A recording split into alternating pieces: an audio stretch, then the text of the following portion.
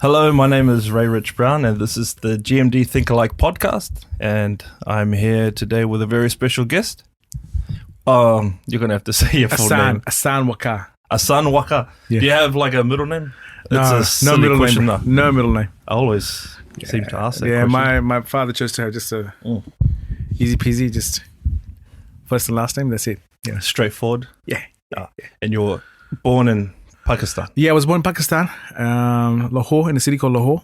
Lahore? And it's called the heart of Pakistan. It's in one of the main cities in Punjab.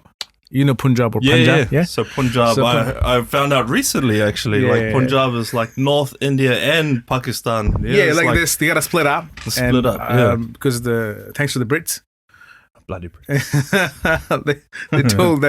taught us for at least 100 something years they were different kind of people just because we had different religion. But we're looking at the blood roots, everything was the same. You're looking at least 1,000 years like down. DNA. Yeah, Very pretty much similar. yeah.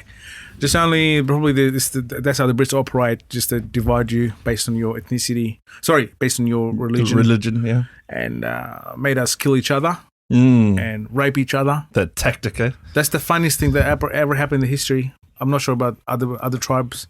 I'm not sure about Africa, where people just having a different school of thought when it comes to religion were forced to the point that they had to kill each other to gain a certain piece of land. Yeah, that seems to be, like a tactic they use Yeah.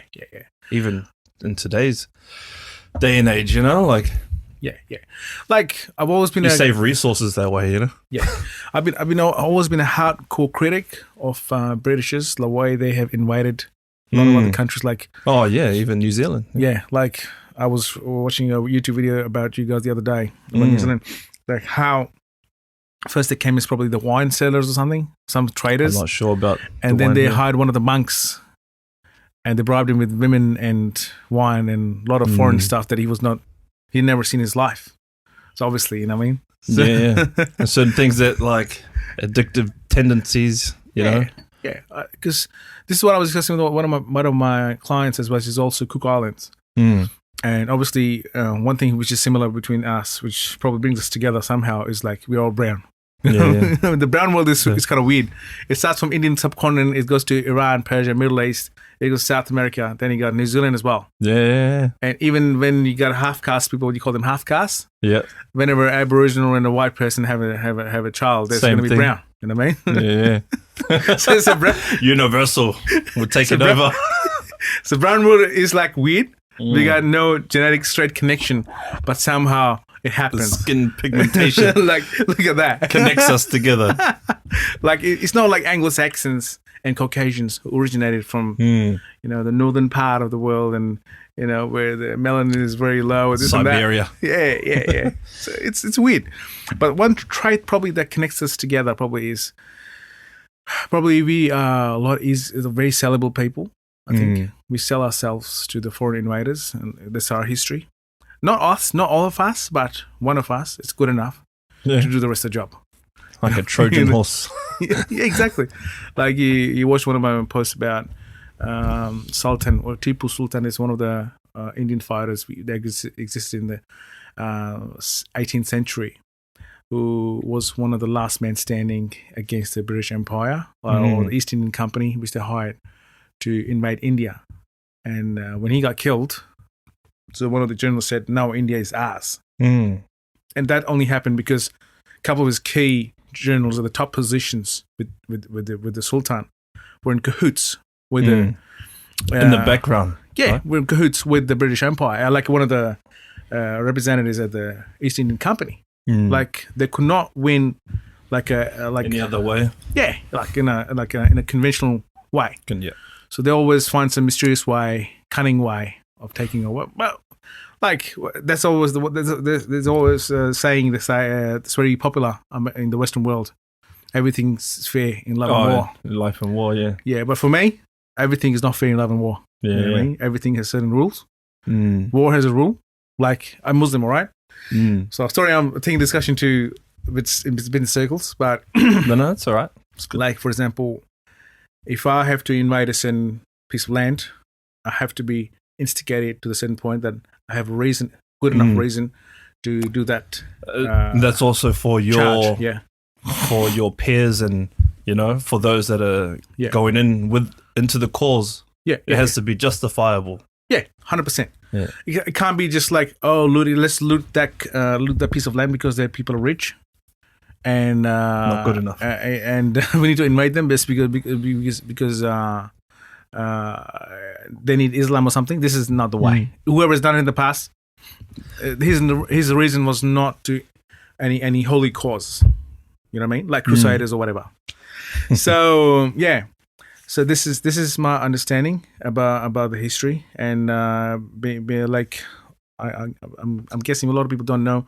As a Muslim, if you are having a fight over in any disputed territory, you're supposed to look after the kids. You're supposed to look after the crops.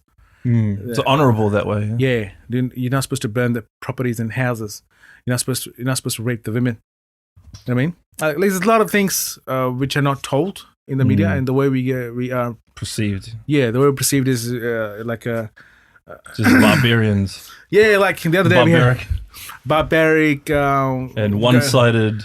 Yeah, narrow. Yeah, someone who has a camel, has got 4 wives, and is sexually very aroused all the time, and wants to have kids after kids. You know what I mean? Yeah. Like, that's not like me. Like a Borat, like Borat. When I watched the movie Borat, which is the way Western world or the media has portrayed someone from the Balkans, or someone with Russia, with dark hair and all of his always skin. the villain. A villain, and at the very same time, a very weird kind of character who doesn't fit in their kind of living or their kind of society, the way they have designed it. You know what I mean? So I don't believe in stereotyping. Our people, my people. You know what I mean? And always stand up for them wherever it is required. Yeah, that's good. Wherever it is required, and regardless of whatever price they have to pay. Whatever that's right, that's right. You know what I mean? Regardless. It's on principle, yeah. Yeah. Like, if you find my brother, if he's wrong at a certain point and then someone else, then he's wrong. Yeah. That's it. I'd rather discipline him instead of backing him up. You know what I mean? It's beneficial to arrive to the truth sooner. Like, unfortunately, the way I notice people, the way I notice, even in my country, like, I was born in Punjab, but I was raised in Balochistan. Balochistan is like, if you look at the map, there's a map behind you, which is a good thing. It's in the southwest of Pakistan. If you go Pakistan, southwest, near the Afghanistan border, there's a city called... No. Down. Somewhere slightly on the left, yeah. So near the Afghanistan border, there's a little mountain bit, and there's a city surrounded by the mountains called Quetta. That's where I was raised. Yeah. Until the age of 20, I lived there because I was a Punjabi by descent. And the city that I was living in, it's called Balochistan. Balochistan used to be the part of Afghanistan before, I would say, at least 200 years ago, before 1893. Which is recent, really. Yeah, because what actually happened was, because Sikhism, Sikh people, yeah. And so one of the kings, Ranjit Singh, he was Punjabi guy, yeah.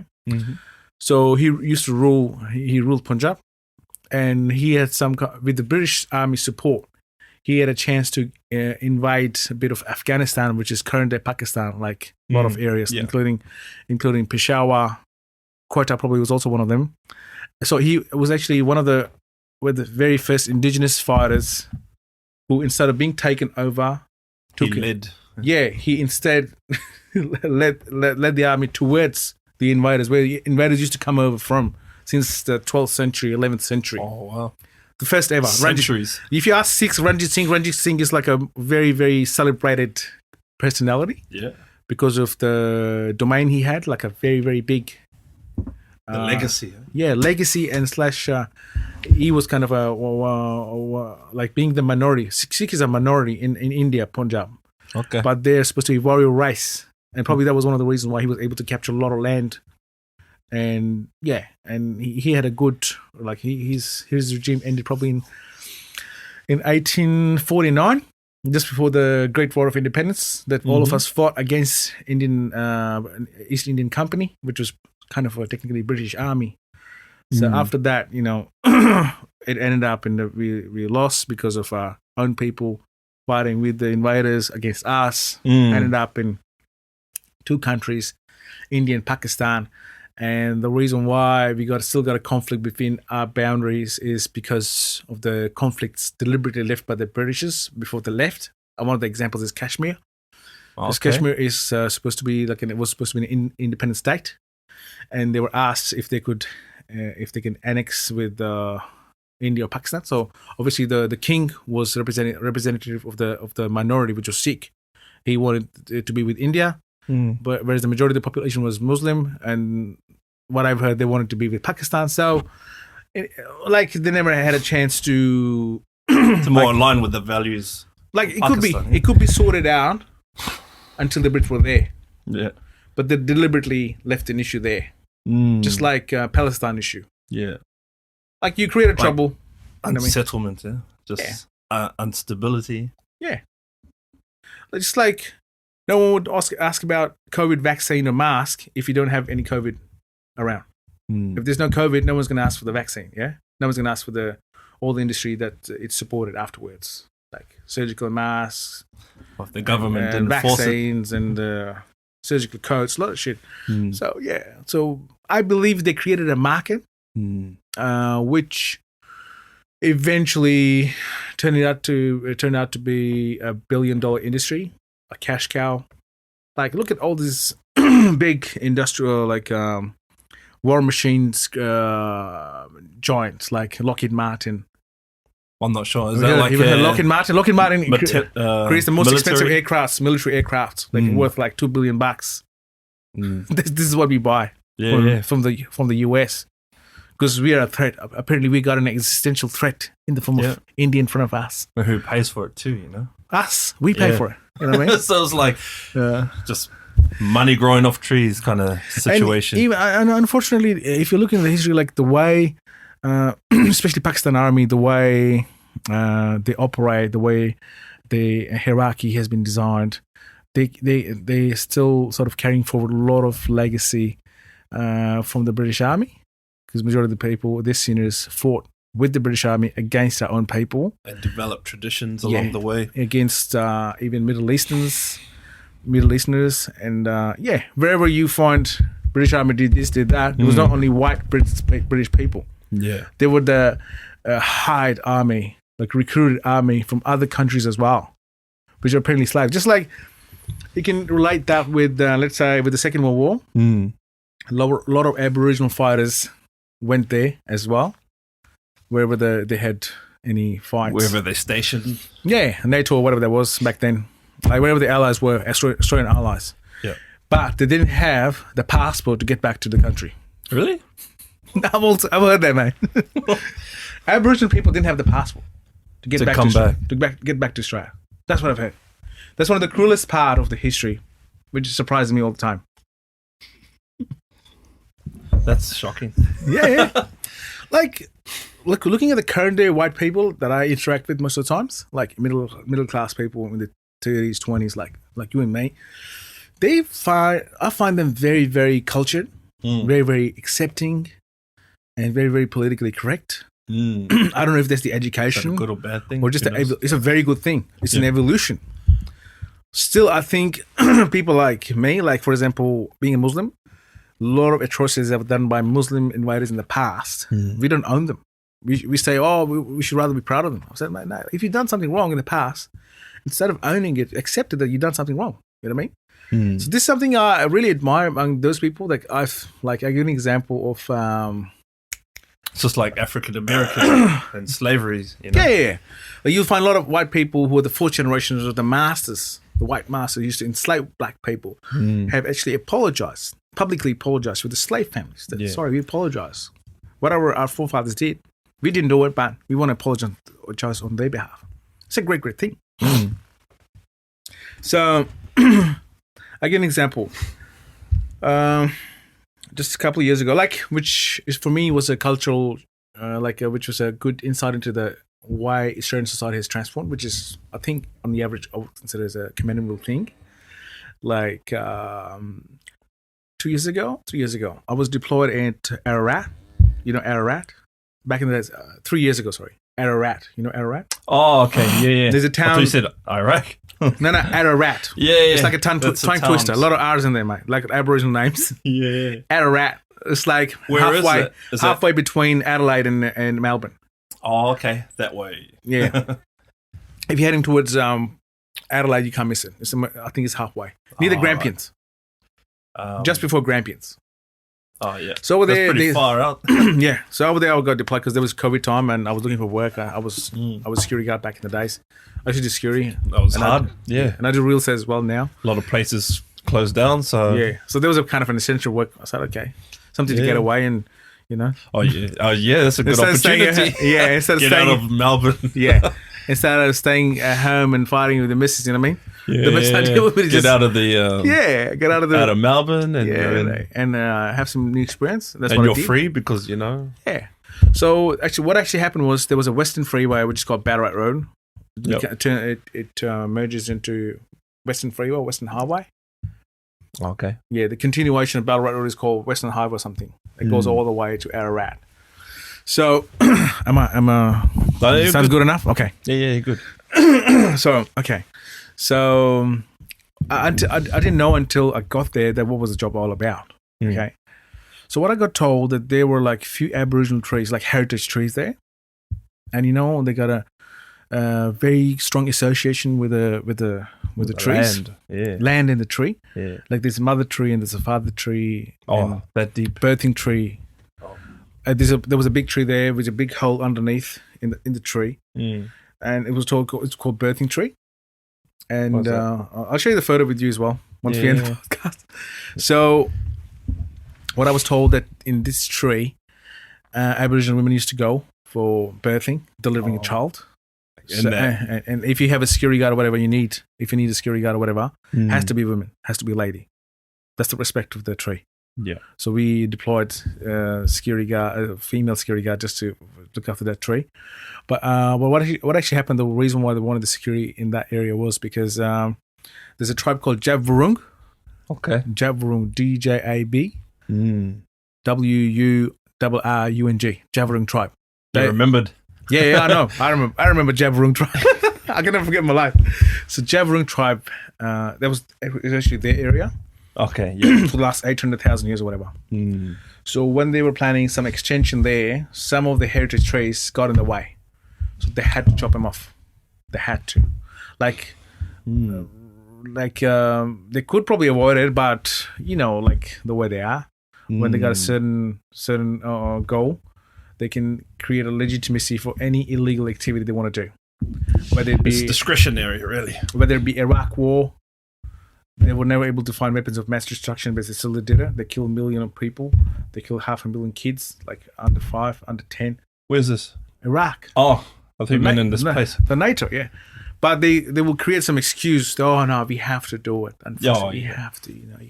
You have to gain support. You know? Yeah, they will create some beautiful statements, fictitious lies. Yeah, fictitious, but they sound very legit. A lot of people just buy into it. Sometimes stage something. Yeah, just to give something. They're very good at creating drama, and a lot of our people just, even including our people, just buy into it. You know what I mean? That's the funniest thing. So anyway, so in that. In that small town. Yeah. So what I was told that before they decided to chop him off, they got some elders from the tribe and handed out some cash, some money. Oh yeah. So they keep your mouth shut. We're gonna do our job. That's your money. Let us do our job. Apparently, some of the elders didn't get the share. Apparently, and they said, "Okay, that's one side of the story." Yeah. Okay. So they resisted and they created they started camping in that area. And what surprised me, the point I was trying to make, in that camping area where there was a lot of protesters, you will literally find redheads there with super pale skin. Yeah. Who got nothing to do with Aboriginal blood at all. Yeah. I would say 70% of the crowd. Which is not a bad thing. It's a great thing. Yeah. 70% of the crowd was white people with no lineage with the Aboriginal blood at all. You know what I mean? And I can't remember even a single Aboriginal person. Maybe there were a few. But they had police cases against them. You know the way they make your life a living hell when they see some resistance. They spotted them and they put a lot of charges against them, and but still they kept camping. Make an example. Yeah, like if you resist against there was an Aboriginal tent somewhere in the WA where they were trying to do the same thing. They wanted to do some mining or something, and they were resisting. Similar thing they want to do over here. Mm-hmm. And for them, the solution for every problem is hand out some cash, keep their mouth shut, and that's it. And move on. Yeah, but probably it didn't work somehow. Not enough. Yeah. So there was a lady, I remember I was doing a security guard job there, all right? And Ararat was a beautiful, beautiful place. Like for the first time I had seen actually Mars, like a little orange dot on the sky. Yeah. I said, man, what the hell is that? That was actually a That's Mars. how clear it was. Yeah, that's how clear the sky was. Oh, wow. And very, very clear, very, very sunny days. And beautiful sunset, moon. Like, for the first time I've seen the moon, like moon setting as well. Like the moon goes and moon set as well. Yeah. Like I was like, goodness me, what's that? Like I've never seen nature that. Quite big. Yeah. Big moon, a lot of kangaroos. Yeah. Fearless kangaroos. Fair. Yeah. So, and literally, Mike, believe you me, there were little white boys and a girl. They were on the trees for like weeks. For a week. Probably more than a week. Just playing. Staying on the tree, mate. Like staying. Yeah, staying on the tree. Yeah. Okay. If you're going to chop the tree. Oh, okay. So, for protest. Yeah, as a protest, there was. And our job was. You was. just said this, our job was to stay around and make sure they come down. And once they come down, don't let them go up. So that they can do the job, cut the tree, and we can move on. We can start the road extension. So there's a lady there, very nice lady. She was obviously white, and we had a bit of chat. I said, "Okay, what's your cause?" He said, "You know what they're doing. Sorry, this heritage tree belongs to them. The Aboriginal culture. They got a beautiful culture of ages for like 50, 60,000 years. Very old culture. We got to respect them. This and that. Fighting for the cause. Yeah, and I feel sorry for them because I'm white. I'm white for I don't know so many 8 or 10 generations, but I feel sorry for them." And for some reason, she had the guilt of the crime she had never committed. That's the weirdest thing I've ever seen in my life. Yeah. But maybe she felt like association with the aggressors. Maybe felt like, because she's a part of that. Yeah, she wanted to pay back or damage repair kind of thing, like return the damage or something. So So I told her, okay, what was her name? I can't remember her name. She told me, you know what? I was in the media. People interviewed me, this and that. I said, okay, you grabbed the limelight, did the hard job. Yes, being on the tree and hanging like this, fucking 2 days, 3 days. No, not an easy job. No. You know what I mean? I can't do it. You know what I mean? Even some of them were pooping literally on the tree. Oh, really? Like birdies, mate. Like birdies. Yeah, they told us, mate. Like, stay away, mate. We're going to poop. What an experience. That's how aggressive the protesters were. But they were white, mate. None of them was Aboriginal. That's the funny thing. So she told me, we have done a lot of crap to them. The history is bleeding, this and that. We're gonna fight for their cause and this and that. Let them live, survive, secure their culture, this and that. All the stuff that you hear on every 26th of Jan or the protests we have in the CBD. Pretty much a similar kind of speech she did to me. I said, okay, I understand. Beautiful. Yeah. I agree with your point. But if I was you, I would have a plan. Yeah, what's the end game? Yeah, like, mate, you're living wage to wage, yeah? You're probably making 80K, 60K, 40Ks a year, yeah? Or probably 120. Let's say. That's an average middle class person, yeah? Yeah. Their ceiling, they hit the ceiling as soon as they hit 120, 140. Because after that, you pay so much tax, you can't get past the barrier. What is called Matrix by Warren Andrew Tate. You heard of the concept? Matrix? Yeah, of course. So the Matrix has encircled you. Like a rat race. Yeah, it's like a spider web against all of your dreams. Conformed. And most of your middle class dreams, they end up at 120, 130. That's what I told her. All the people in the power corridor who decide all that, who was given on all the contracts, to the security guys, to the construction company who's doing all that, to the police, everything, they're big boys. They got shitloads of money. All right. They're in the parliament. They are in the upper house, lower house. They're everywhere. All right. They're doing big, massive businesses. All right. And looking at you guys, man, you guys are hanging from a tree. Yeah. Shitting. Just proof. Shitting from a tree. Like, to be honest, like, okay, you got to grab the media attention. Yes. Yeah. What okay. Yeah. So you got awareness. Yeah, you did. But what does awareness accomplish? How sustainable is that?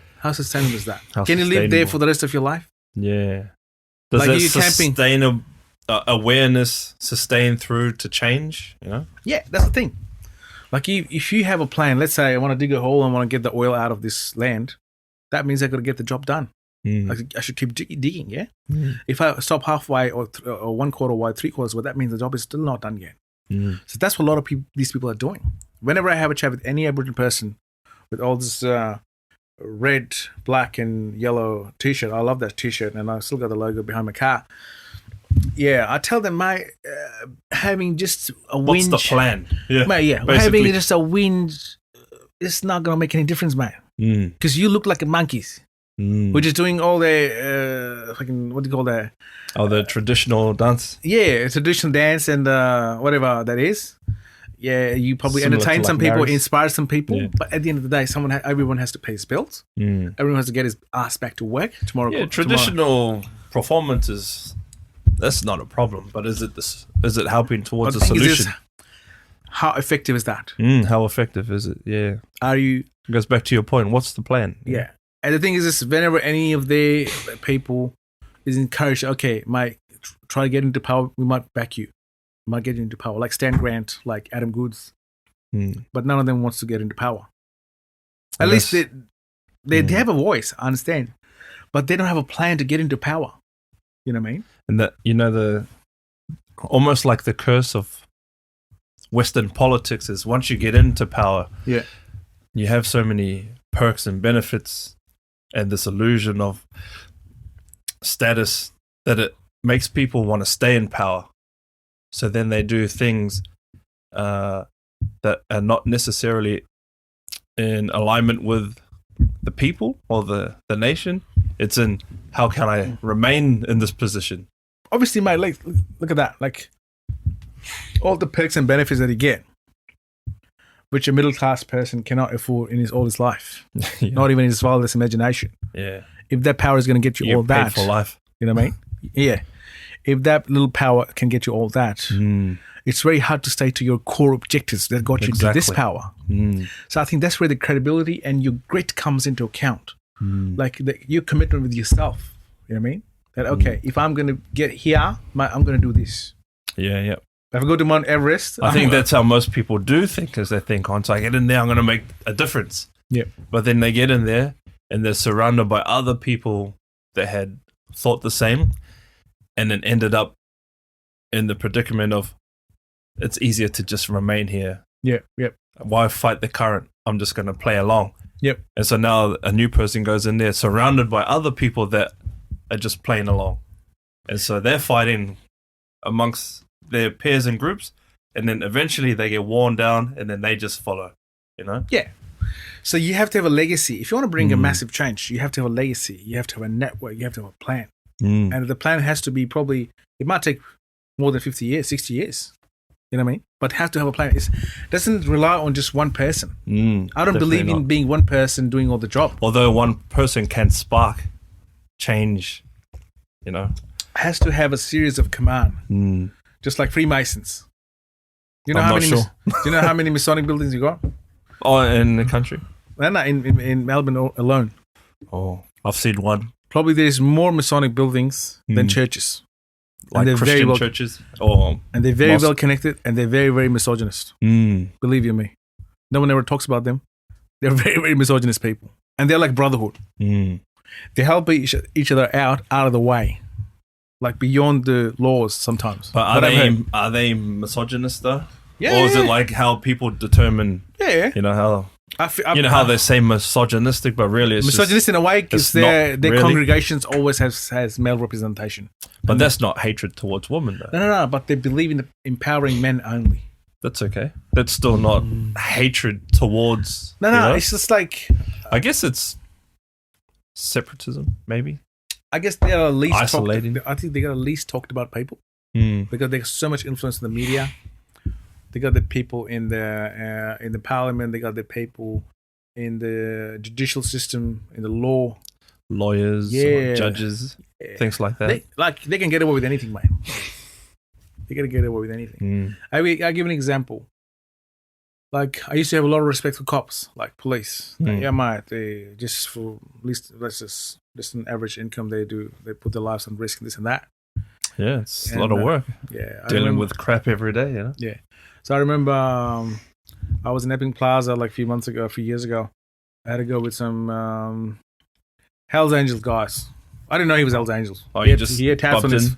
He was a lot shorter than me. His tats on his face. Because I've been a bouncer, you know what I mean. So for me, no one is scary. Even you're not scary. I'm not trying to be scary. Like, you know, someone tries to be intimidating. Yeah. Because of sweary attitude and tattoos. Yeah. He had tats on his face, mate. Yeah. And they want to have that persona. Yeah. My mate, one of my mates was struggling with his mental health, and I dropped him as a psych ward. Not a psych ward, sorry. It was like a medical center. Just like a clinic or something. I was waiting outside or just on the phone, and I was speaking Punjabi language with my client, and he just walked out of it and he just swear something, some random shit, so slurred something. Just some ignorant stuff. And I just asked, like, as soon as I hung up, I asked him, like, what's going on? Him and his wife, probably. And she swear at me, mate. Yeah? And I was like, what the hell? Yeah, a lady will swear at me like that? For what? You know? No, for nothing. For no reason. Just because of arrogance. Yeah. And I swear back. And obviously, being a man, he had to stick up for her, you know what I mean? Yeah. Even if he didn't want to. Yeah. You say that again to her, I'll punch you, this and that. But so I swear back. I swear again. And it was kind of in front of the camera. And out of the blue, I was not expecting he threw a punch at me. I was like, goodness, man, he punched me. Okay. Then on those days, I was training, boxing, all sorts of stuff. You know what I mean? I said, all right. You could if that's the case, it was severely hurt him. Yeah, but the thing is, if you're a tall guy and your opponent is a short guy, it's very hard to punch. You know that it's very hard to throw a punch because he's very short. It's awkward. Yeah. all I could do was just kick him in the nuts. So that's what I did. Yeah, and we were almost in a ring situation. Well, he hit you first, self-defense. Of course, too, of course. The cops arrived. The security arrived all of a sudden. They grabbed us both and separated us and said, "Oh, what do you want to do? He initiated the trouble. This and that. What do you want to do?" He said, "I want to call the cops. The cops. I want to file a report. I want an intervention or against him." So did all the exercise and this and that. Obviously, they had the evidence. They had the evidence. Yeah, they had the evidence. They had the camera footage and everything. And case was recorded. This and that. And after a few months, I sent a text message saying, because of lack of having sufficient evidence against that person, we deleted the case. Yeah. I was like, man, how the hell did you got a video? He threw the punch in my face in the first place, yeah? Yeah. And it's captured, yeah? And I got told afterwards that his father-in-law owns Rialto Tower. Oh. And they're kind of big boys. And they got a lot of influence in the power. Think of the lawyers, the teams of lawyers. They got a lot of influence in the police force. And probably influence too, yeah. That was the very first insight into me, into the Australian system, that it's not very clean, mate. It's corrupt.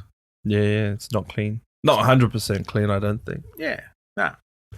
So getting back to where we were before. So we're talking about So we're discussing about the plan. Like, if you have a certain a holy cause of achieving something, you have to have a plan. This is good though. Yeah. You know what I mean?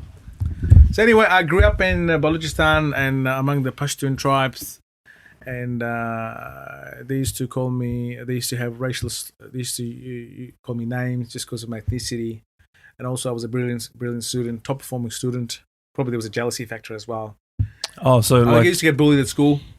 In that area where in my school, I used to get bullied because I was a top performing student. Student, yeah. And is it because you're like from the Punjabi? That's also one of the reasons. Because Punjabi hatred was a big thing back in the day. Still is. And was a big thing back in the days. And they used to call us you're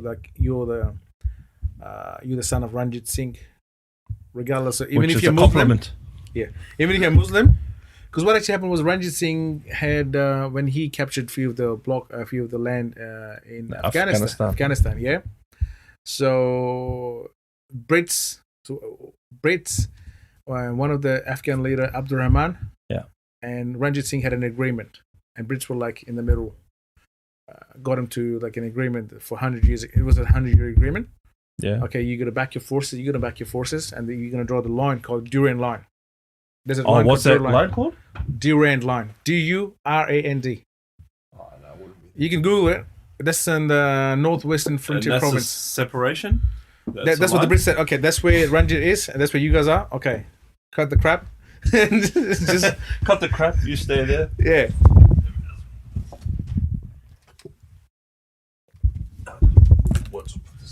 Yeah, beauty.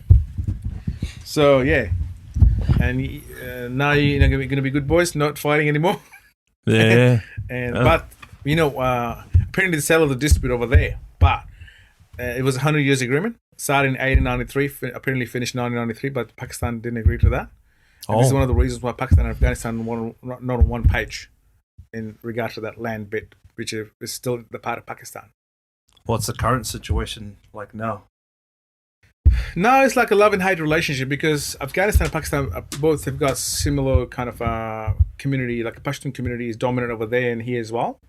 So we got religious ties as well, but at the very same time there's a land dispute as well going on because of the trouble left by the Brits. We still have but as long as we had learned how to live together, it would have never been such a big issue. Yeah. Just like, how can I say it right? Just like between Canada and the States, you never heard of any kind of trouble. Not really, no. You know what I mean? Yeah. Because there's never been any kind of a war just based on just grabbing a bit of land. You know what I mean? So that's how they operate. But it's a weird situation. But what I copped and what we got told, like when we were young, that you're Muslims, you're Pakistani, this and that. And we got to the school, we got called names just because of my ethnicity. So I was like, I used to get very pissed, man. Like, yeah, of course. In my own fucking country, like people are making most young kids do. Yeah, so racial comments against me. What for? You know what I mean? Yeah. So yeah, that was something I didn't like. And we're family of three. Sorry, family of five. Two boys and a girl. So I was the eldest. Oh, you're the eldest? I'm the oldest, yeah. I'm the oldest, and a brother, then a sister. So, yeah, the Quetta where I was raised until things were okay. Until 1993.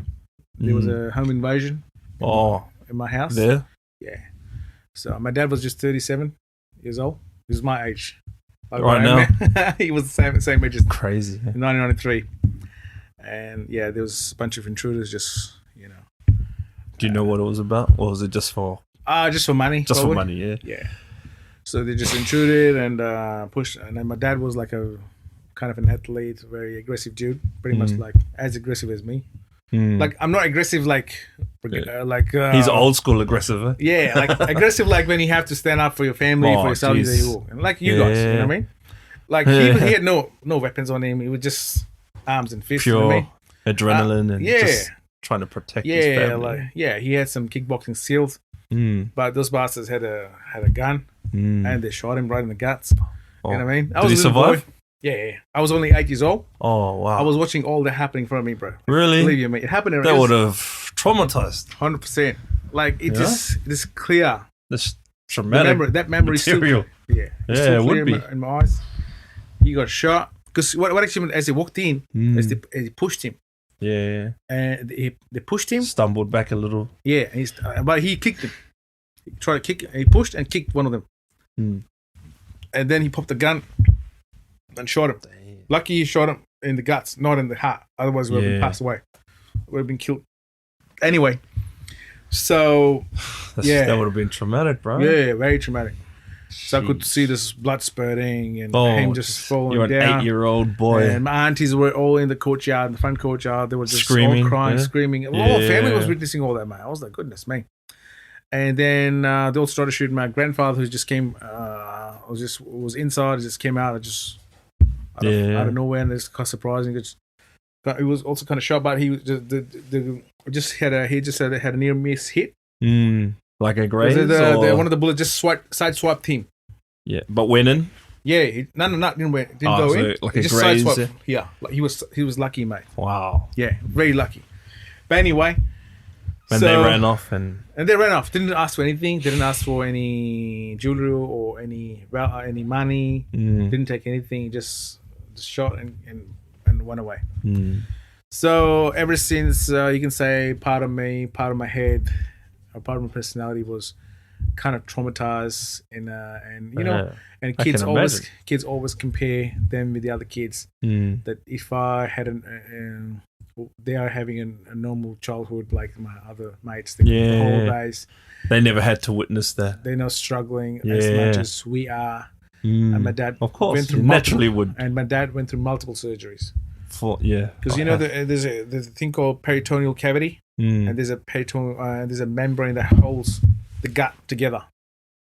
So when you rip it apart so many times to put the things together, it just loses its firmness to hold the gut together, something like that.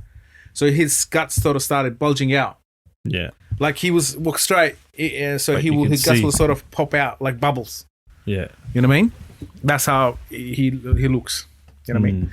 So they put a membrane, whatever, the artificial membrane, things like that, just to keep him intact. But he went through multiple surgeries because the first surgery was not successful, and probably the membrane they put inside, the artificial one, it was not sanitized or something. It caused some complexities.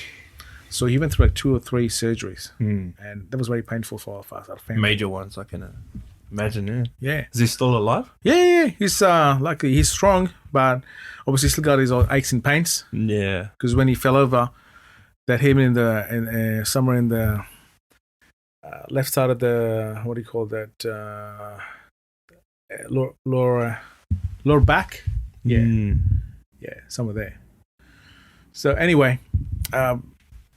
But luckily he survived. That's a good thing about it. You know that's a big thing. That's a huge thing you went through. Yeah, huge and / a life lesson for me. And then the bullying. And the bot, you probably didn't know how to cope with it. Like no one would have prepared you for myself was always asking question that why the hell that happened. You know what I mean? I didn't do anything wrong to you or them. Why would they bully me? Yeah. You get a point? You know, like when you're a child, you're not that analytical. Yeah, of course. And that mature to brush things off like you can now. And also the support's not there either, you know. You don't have your 8-year-old, 9-year-old friends telling you, oh, it's all right, you know. Yeah. I had a good friend with me who was from a very rich class. And he was probably the best friend I had. I had a bit of support off him.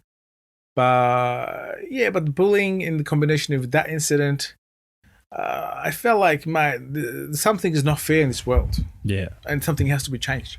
And being so young, yeah, addressing the truth like that. And somehow some part of me got very aggressive. And I feel like, and I made a promise with myself, mate, I'm never going to take shit. Yeah. Regardless of whatever happens, I'm not going to take shit. That's it. That's the natural conclusion.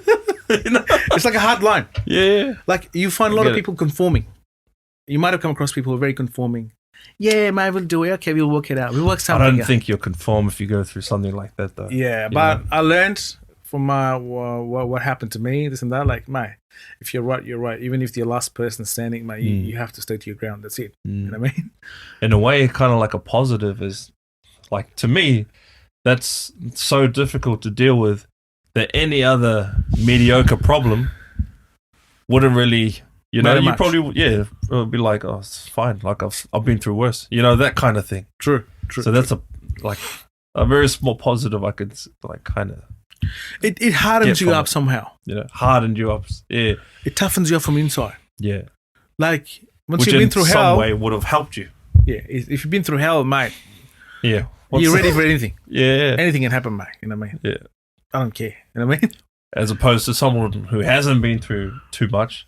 When they do get into like a little sticky situation, it's like, it means the world, you know? They're like, oh, this is so terrible. The whole world falls apart for them. Yeah, you'll probably look at them like, oh, There's nothing, bro. There's nothing to.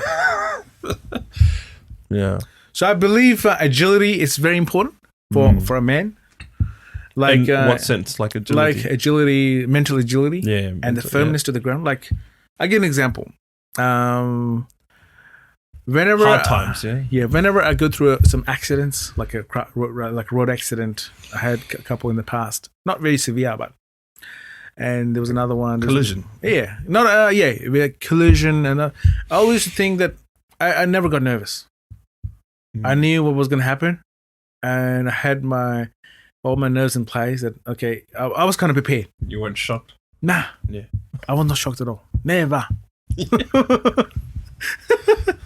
I don't know how you could top that. It's like, if you take that analogy, have you watched 300? Yeah.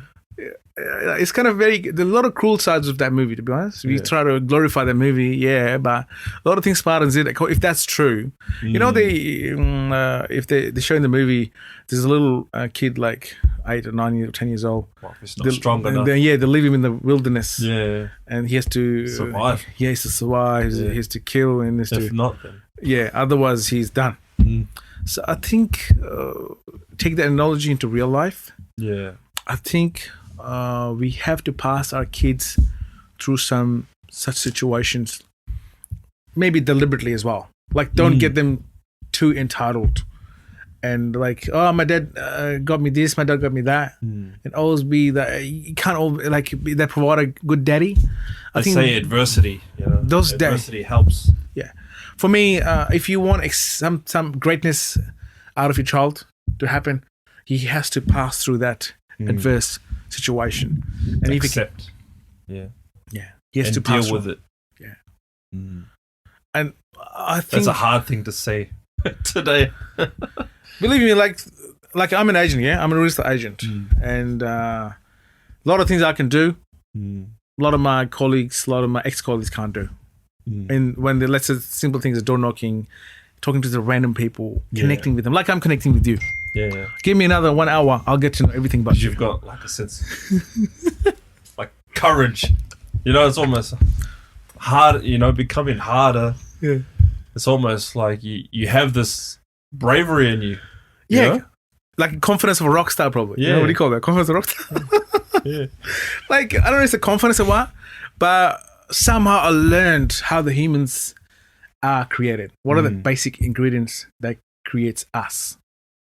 You know what I mean? What are the basic, like, what do you want to hear? I know what you want to hear already. You get the point? What do you mean? Like, all of us as humans, we want recognition. Like, I'll give an example. Let's say there's a Vietnamese person in front of you, sitting next to some Chinese person, sitting next to some Thai person, sitting next to some Filipino. They all pretty much look the same with minimal differences. But I can tell the difference. And I'll tell them, I'll treat them accordingly, and I will also acknowledge their existence, and I'll appreciate, and I will give them respect they deserve because of who they are. No, you all look the same. I'm not that kind of person. The detail. Yeah. I go to detail, and that's what people love. Oh, even that? Wow. Yeah. You know what I mean? Yeah. Oh, how do you know I speak Canto? I know. I know you from South of China. I know. Yeah. People love the recognition. Yeah. You get the point? Yeah, I get it. What if I tell you, oh, my Kukan or New Zealand could be anywhere from there, man. Polynesia, fucking anywhere. Yeah. Would you like it? Fuck that. You got your individual existence. You got an individual ingredient. Like the way I will cook. It's like you're showing respect. Yeah, 100%. It's like a level of respect that you go that far out. Yeah, 100%. As opposed to just being lazy. Just like a typical... I don't have time or energy to typical, decipher. Just a typical racist redneck, the way looking, they all look the same. Brown guys. They all look the same. The moment we get into the detail, people, he knows me, That's how we get connected. That's that respect. You don't have to be the same people, but you have to recognize. You know what I mean? You have to understand people's pain. Like I was having a chat with, like talking from the sales point or marketing or some person who has a good connection skill, people skill perspective. I was chatting with a lady the other day. I'm trying to sell her house. I'll be honest about it. But that's not the only objective. Yeah. Because for me, what matters is the most is the connection. I want to sell your house, let's say. Yeah. But Objective. I'm not thinking of the house in the first place. For me, what matters the most in the first place is the connection. Maybe it's the method. Like No. tried and true method to reach your objective. You know, there's a clear path. Yeah, but even if that I'm not able to achieve that far, I still don't mind because I have to be genuine in the first place. You know what I mean? So as I told you before, like I'll make a connection. I give them respect on all the fundamental laws of reciprocity. Like let's say you're talking to a 70-year-old person. What thing you have in your mind? And if he's already going through multiple illnesses and diseases, you know what I mean? You should know what the person is actually going through. You put yourself in his shoes. What kind of diseases, and what kind of pain, and try to become some solution-oriented person. And because I'm a spiritual person as well, I believe in spirituality. So I give them a bit of an insight into what life actually means. You know what I mean? All that big bucks that we keep chasing all our lives, they don't mean nothing. You know what I mean? Things like that. Yeah. People like it. A different perspective. Yeah. You know what I mean? So, and people do connect once they realize that he's a genuine person. And the business comes as a reward. Yeah. You know what I mean? Like a bonus almost. They have to give you business anyway. They have to give someone a business anyway. But if they like you over the others, why not you? The word of mouth. Yeah. But the problem with the sales guys, what I notice, because I've been in sales for almost 12, 15 years now. Oh, wow. Yeah. Like off and on. You know what I mean? Because I used you're to always selling. Yeah, selling myself. If always selling. If you've got nothing to sell myself.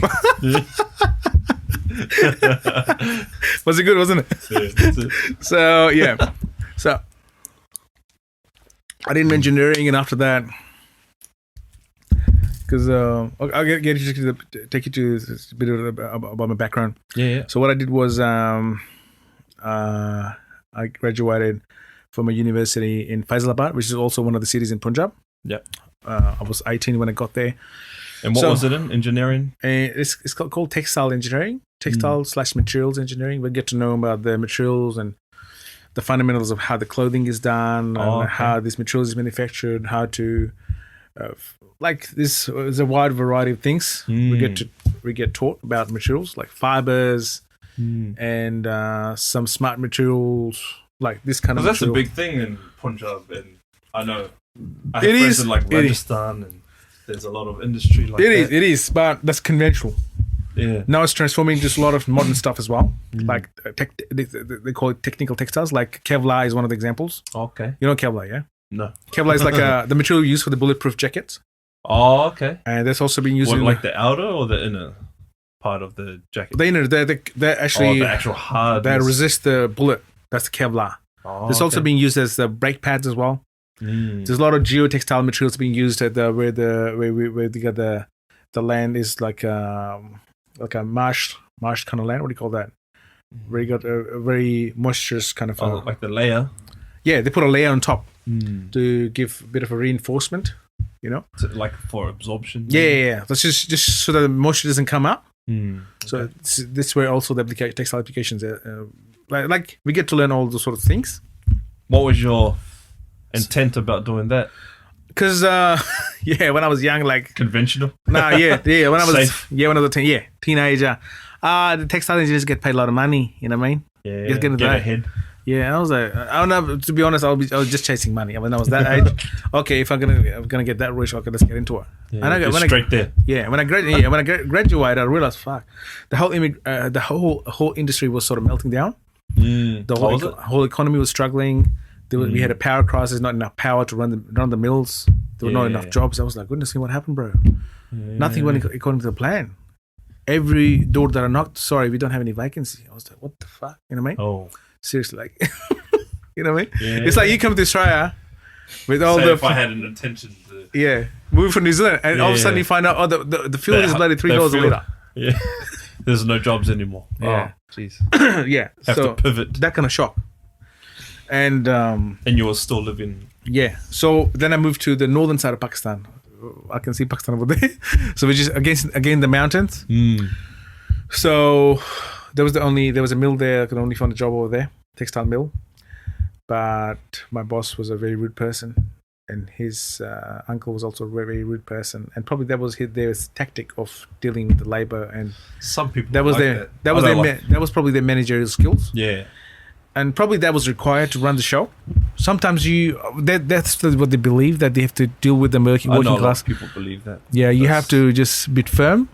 I don't believe But I was a sweet person, to be honest. And everybody in the mill loved me, bro. Like, there were 2,000 people. Everyone knew my 2,000? Name. More than 2,000 people in the mill. Takes time, 3 shifts. And there's a small city called Kohat, where I used to work. Well, like, I was a tall dude, you know what I mean? With a bit of presence. But I used to walk young too, yeah? I was pretty young. And when I used to walk in the streets, people would say, "Oh, that guy works in that mill," you know. That's how close to that community was. I was like, goodness me. All of a sudden, I was getting popular. Yeah. And my boss said, "Well, what are you trying to do, mate? Yeah, you're trying to get some cheap popularity." Yeah, you know what I mean? It's just like a white person going to some Aboriginal crowd, and all of a sudden they love him. They bring him food, and then that kind of a treatment. Yeah. That's what I was getting, because I believe in law of reciprocity and giving someone respect, regardless of whatever kind of socioeconomic background he comes from. Expectation, kind of thing. Yeah. Exactly. That's what I was giving. They're probably just open. And the management didn't like him. That he's not a rude person like us. Because they probably wanted the treatment. Yeah, they wanted them to treat him like yeah, they wanted that. That's why they go hard at work, you know. They wanted me to treat him like dogs. You know, like you must have watched the movies or some Pharaoh movies, like Impressions, where you would have seen people with like a big like a whipping thing, whip, and whip the hell out of the laborers and they believe if they do this they get the best performance out of them. I disagree. So I didn't believe in that. No. You know what I mean, I was very too humane, to be honest, for that kind of job. I was like, mate, if that's how it is, it's not for me. So after 6 months, it's just not smart. Yeah. So I was just too good for that. Take it that way. So I left the job within 6 months, and then I talked to myself. Okay, mate, what can I do? And then I realized that probably I'm good at talking to people, connecting with people, talking shit for hours and hours. Engaging with people, like I'm engaging with you. Yeah. It's just like you have people skills, people's person, you know? Yeah. And how do you get the skill? You only sort of discuss things with that person that he's interested in discussing about. Get it, point? Like, if you don't like ice creams, why would I discuss ice creams with you? You know what I mean? Yeah. You get a point? I get your point, because there's more listening. Yeah. You know, you're taking in information. Yeah. And then you take that, and now you can engage. Like, I never watched Game of Thrones. I'm not sure about you. I don't like discussing. Yeah. I loved it. Yeah, you loved it. But I watched just one episode, and so it's not a point. It's not something common. You know what I mean? So in other words, I was able to figure out what can we find. Common ground. Yeah, and it's develop a pitch on that ground, regardless of the objectives I want to achieve. Build from there. Yeah.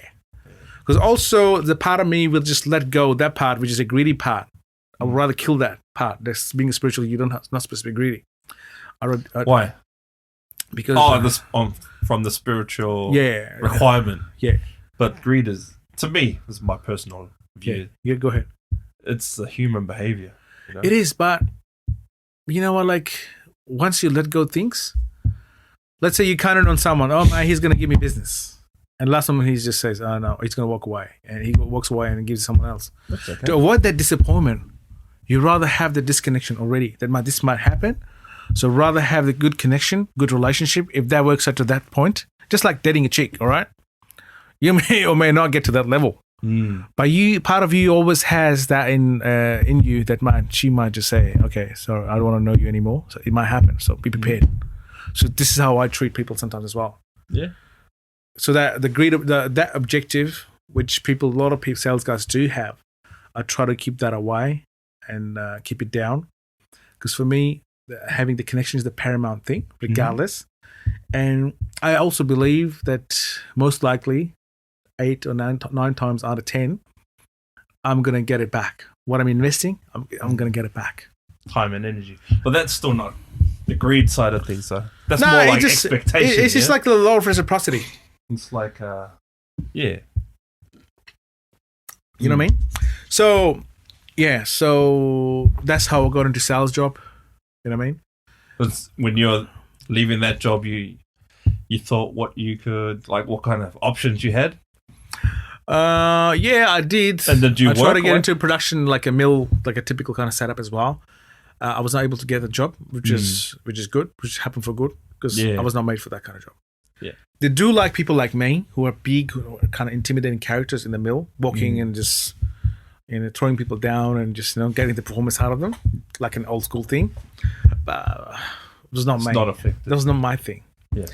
So It's not the most effective approach, in my opinion.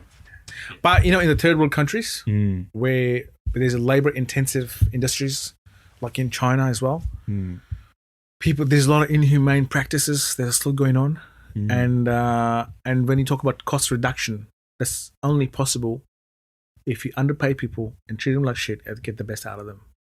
This is why, unfortunately, that's the downside of this setup. They try to implement a lot of things like ISO 9002, whatever, that you can't do this, you can't do that, but they're all bloody just paper things, just to get a tick in the box. Yeah, or even just At the hindsight, all the shit is happening. pay for a tick. Yeah. At the hindsight of things, all the shit is happening. And it goes back to how it was. Yeah. All the practices are still going on. Just like the farming, the farming industry in Australia, you still got illegal immigrants working there at the strawberry farms. They Probably a 7-Eleven. This probably the same. probably not there anymore. But if you look at to the country, Yeah. a lot of farming, just whoever is majority of the people working there, they're illegal immigrants. So it's the same pattern. Not the only industry. Yeah. Still going So on. in the papers, things look really nice, Yeah. but in reality, In reality, still shit. yeah. So I got into sales. I started. There was a bearing industry, like ball bearings. There was a bearing industry that I got into.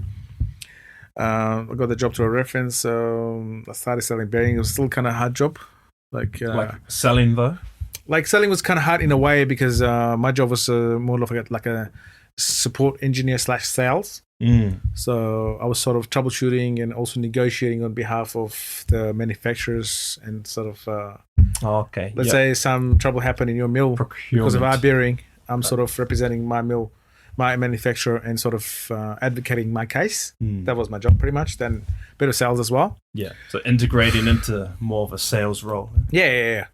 It was kind of a good learning because I got deep down into that thing, but at the very same time, the most frustrating thing was there was an economic meltdown going on. There was a lot of terrorism going on. We had 9/11 afterwards. Oh, happened around this time. All the repercussions, all the war against terrorism, war on terror, what that shit Being is. so close to Afghanistan. Yeah, what actually happened was that Pakistan was forced to ally with US. It's just like your neighbors, and you are good friends. All right. All of a sudden, some third party from Like America. from different side, so it comes over to your neighbor. Okay, we're gonna kill this guy. You're gonna help me, all right? And all of a sudden, you become enemies just because of the third person. That's what happened between us and Afghanistan. We got so many things together, so many blood roots, and so many things are so interconnected. But these bastards from overseas forced us, or you're with us or against us. Because if you get against us, we're gonna beat the hell out of you. Because India, at the very same time, what they did, they behaved like a puppy dog. If he doesn't help you, I'm gonna help you. Yeah. I'm gonna bring my army, resources, everything. So I'm gonna kill all these. That annoying voice in the background on the fight. Yeah. We're gonna call all them together. Yeah, that's the excuse one of our presidents made when they said yes to US. But anyway, that's a long story. I don't want to get into that. So, subjected to a lot of terrorism, power shortage, and being a young dude who's only 22, 23, I got so frustrated. I was like, man, all of my dreams are shattered. You know what I mean? Like, I'm not, like, there's a system which is not growing. How can you grow being an individual?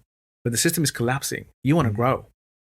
Just like I want you to build muscles and just having just potatoes and peas every day and pasta. It's not working. You're not going to build them, mate. Maybe you build it. Let's reassess. You know what I mean? Maybe you're not going to build as much. So this is how I felt. Yeah. And I was like, man. Out of frustration. Yeah. I was like, and then after a bit of, brainstorming with my family members, I realized, okay, let's go somewhere like Australia, where there's not much trouble. I had a cousin already here in Sydney. was apparently making good money out of part-time jobs.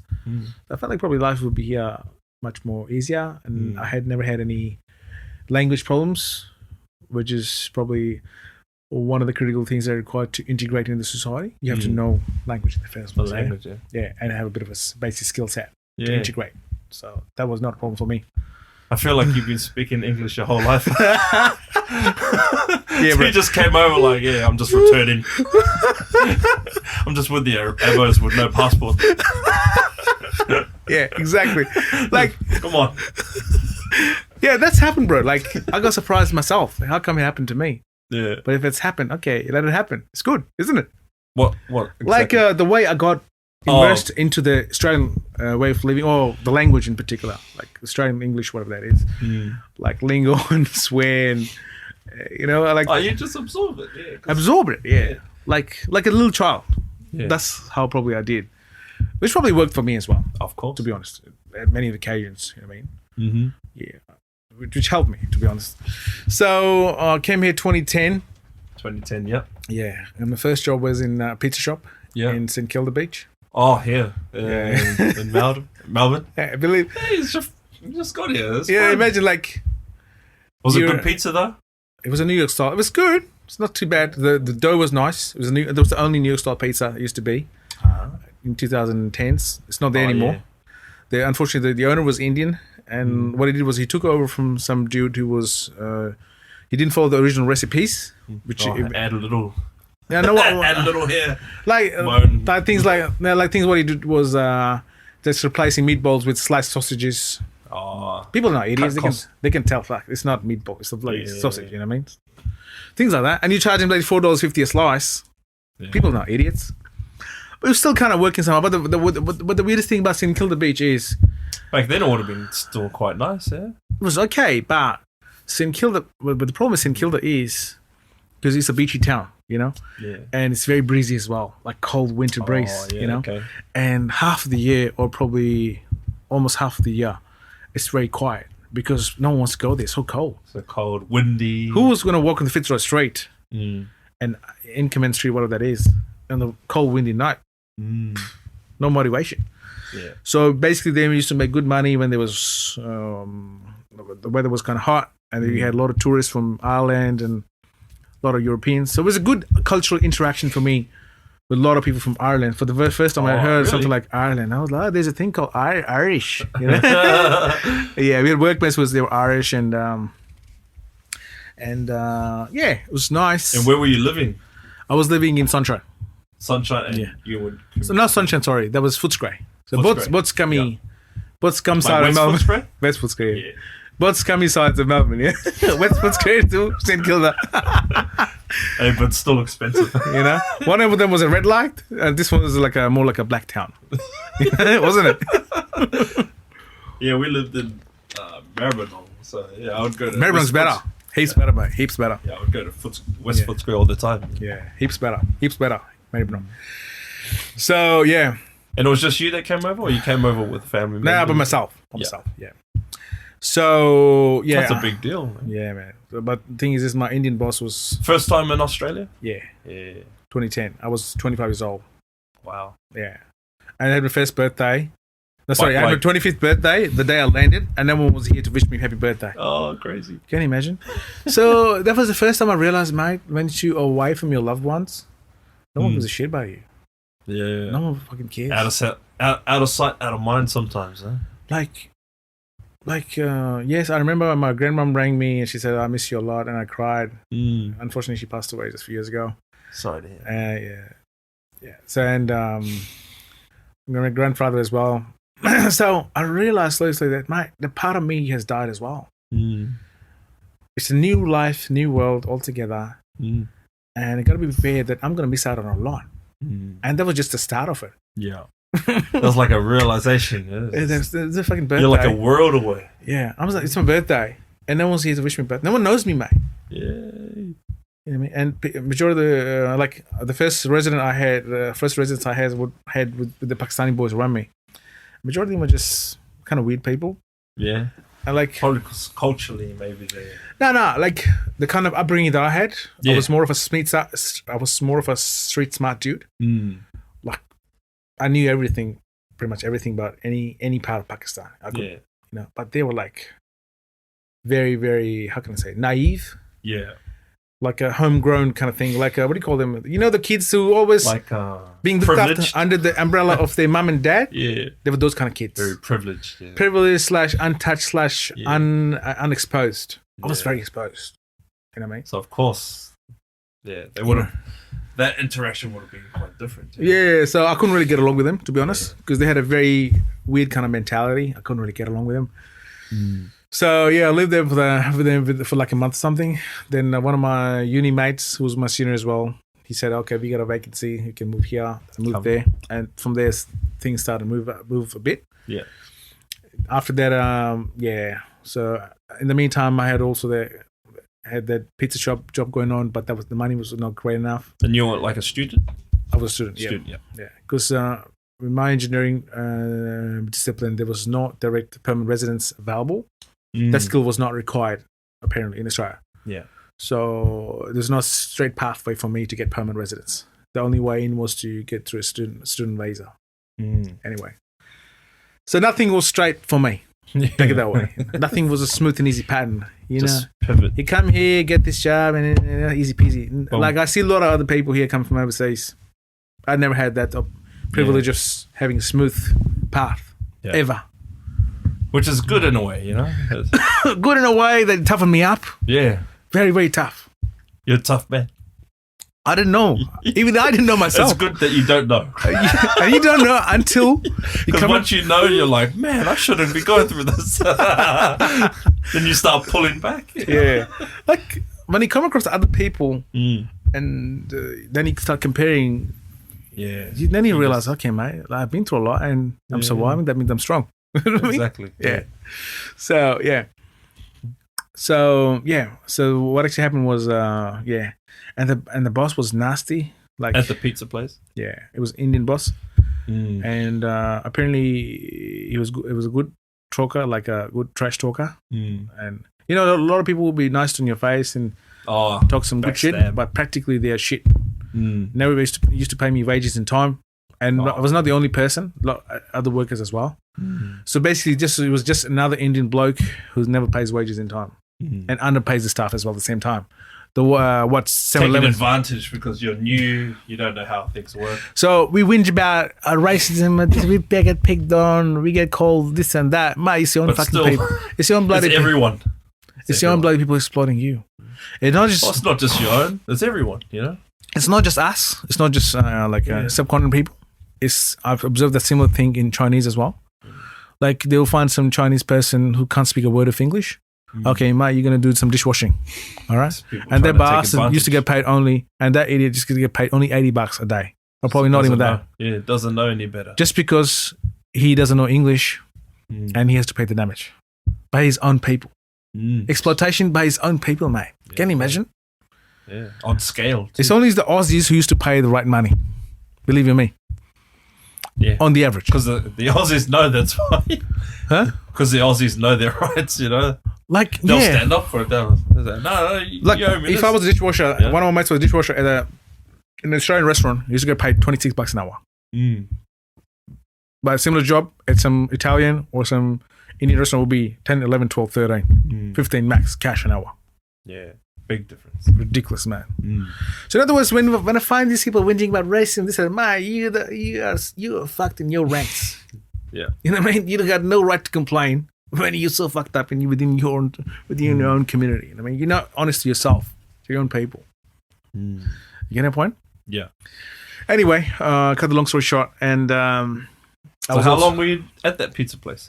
A couple of years, probably. A couple of years. Yeah, it's a long time. You don't know, because back then there was not many jobs. Yeah, 2010, 11, and I was doing some course, part-time diploma business course as well, and some college, and also. Did you have fun back then? Was it like a fun time for you or stressful? I'm constantly under the pump. Oh, it's because you're studying, uni. Yeah. Then you're working. Yeah. And then, my wife joined in June 2011. That was kind of another kind of, I would say, pressure on me because I had to pay my fees. So when did you get married? Technically, 2009, there was like a little ceremony, but she joined me here. We were not together. Yeah. She joined me here in 2011. Yeah. Yeah. Was that exciting for you? It was exciting in a way, but at the very same time, kind of stressful as well because I was not prepared like financially to look after because I was on a student visa. Yeah. I had to pay the bloody fees, this fee, that fee, and she supported me as well, to be honest. But was a very, very rocky road, very, very bumpy road, to be honest. Especially as a man to trying to because I had get things set up. I had a responsibility of looking after my parents overseas as well, which I was not able to do it to that extent. And this responsibility, too many things, that's man. a lot, yeah. Too many things. And believe you me, I've been through days when I used to sleep. I've been through days when I used to sleep only probably 2 hours, 3 hours, 5 hours. No, not even 5 hours. Sorry, 3 hours. And my knee used to be still aching. I rock up in the morning job. There was a sunny shop, there's a little kiosk. They used to sell sunnies. They hired me for $10 an hour. I was working there as well. My goodness, man. Being an engineer of that caliber, doing all sorts of shitty jobs. But sometimes you have to. Yeah. And no other way. Did you ever consider like taxi back then? For some reason, I felt like I was a good talker and I was a shit talker. And I was good at sales. I always tried to get into a good sales job, which I was not able to get it straight away. All the jobs I could get were just not paying enough. Yeah. Because when I looked at the taxi drivers, nothing against them, but I felt like... that's fair. You know, like when I look at the energy, have you ever had a chance to chat and have a sit down with them? The kind of energy they have is like very calm and very slow. And I'm like... Yeah. Red Bull. Red Bull. Yeah, you're right though. You know what I mean? Like, they're like very like hypnotized. They're probably just trying to stay up because they got their real job in the morning, you know. Like, if it's not motivating enough, yes, the financial side of it was good, and there was back in the days there was a lot of rules as well. You have to have the license and this. It was and that. expensive to get the license back then. Yeah, and a lot of rules and this and that. But for some reason, I felt like, man, like this is something that I don't want to do for the rest of my life. Not you. Yeah, it's not me. Regardless of how much money it pays, I'd rather do something that gets along with what I really am, gets along with my real self, like aligned with like kind of your feeling. Yeah, what do you call that management terms? Like self-actualization. So I knew who I was, but I needed to find self-awareness. I need to find myself. If it's not aligned in that, don't do it. I just wanted to find myself a mold where I could fit in. Yeah, which was not available straight away, mate. So like selling the sunnies, that's still in line with your path. Kind of, but still not making enough. I was not making enough money, bro. Like $10 an hour. Yeah, $300 from there and $200 because he used to underpay me. Hold a few wages and pay a little bit, maybe $200 a week sometimes. Yeah. A week, jeez. So different now though. Not very different, but a lot better than what it was before. 250. A lot better than what it was before, mate. To be honest. Yeah. But But to be honest, like yes, my wife also did help me. So you had a lot of pressures on you. Yeah. Oh, a lot, mate. A lot. The working multiple, studying, like setting up for your wife to come over. Like it is like, let's say I send you to Iraq war or any kind of a bullshit war that they did, and you are every second day you having a near miss accident or injury or you know you nearly miss a bullet, dodging a bullet every second day. And the parents are sort of asking you, oh yeah, what are you doing up there? You know, oh it's so cool, it's so good, mum. But you don't tell me what actually is going on with me. Yeah. So there's no point sharing all those stories with your parents overseas because they get nothing they can do about it. It's not going to really help in a way. Yeah, because one of my uncles who sent me here told me that because I came here in October. Because that's when my birthday is, like 16th of October. It's going to be okay because in Australia it's the other way around. It's going to be warm and warm weather. Don't need to carry too much luggage like jackets and stuff. Just a t-shirt and shorts. Yeah, so I didn't have any jacket on me, mate. I was feeling cold. You know what I mean? And what I used to do, like, I used to finish in a pizza shop, let's say midnight, or 12:30, 1 o'clock. Yeah, and obviously I couldn't afford a taxi, and the only transport that was available was a tram. We used to run at 5 o'clock in the morning, so I literally sleep in the. Oh, you had to wait. Yeah, I had to sleep in the pizza shop. And I used to do this with a bunch of cardboard boxes. Oh, damn. Yeah. Oh, that's crazy. I used to make a bunch of them. Yeah. And just sleep Would on be them. warm. Yeah, no. Like I just sleep right on top of the pizza boxes. You know what I mean? Yeah. It's like more like a cushion, kind of it's like a little mattress kind of thing. Mm. Yeah, with all those little rats running around me. Oh, jeez. Like the roughest you can imagine. Toughen you up. Oh my God, do you believe in me? And at the very same time, I also once I didn't know before. Someone told me, "Oh, you know what? There's a street called Grey Street here, just next door. Grey Street. Grey Street, Grey. Yeah. And there's a lot of street prostitutes there, and this and that." I was like, "Okay, what's that shit? What's that thing?" Because for me, that whole concept. Yeah, for me, it's a neat thing. Like, what the hell is that street prostitute? You know what I mean? Yeah. So one day, and I was like, "There's a few ladies." Can I have a look? Yeah. I said, "Okay, let's have a look. What kind of world is that?" Yeah. They used It's to have, intriguing. Like, okay. yeah, these are little umbrellas, and they used to have a distinct appearance. Yeah. Like you could tell that she's a sex worker, right? Yeah. Illegal though, but still working. Mm. And that's another question: how they were able to operate under the nose of St Kilda Police Station? How? Believe you me. Anyway, Probably got so I bribed. used to just window shop there. You know, I just walk past them, ask them, "Oh, what are your prices?" This and that. Yeah. That was a funny experience. Come back to my cardboard kingdom. That's some fun of the cardboard box. Some spices. Yeah, that was a funny experience. And I used to window shop there a few times. Mm-hmm. And believe you me, the kind of faces I've seen over there, the kind of people, the kind of disabilities, and the kind of people with weird kind of mental illnesses, you find them walking on the They streets. end up there. Like it's weird, mate. Like That is. Yeah. like you take the first trip from St Kilda to anywhere in the morning, 5 o'clock.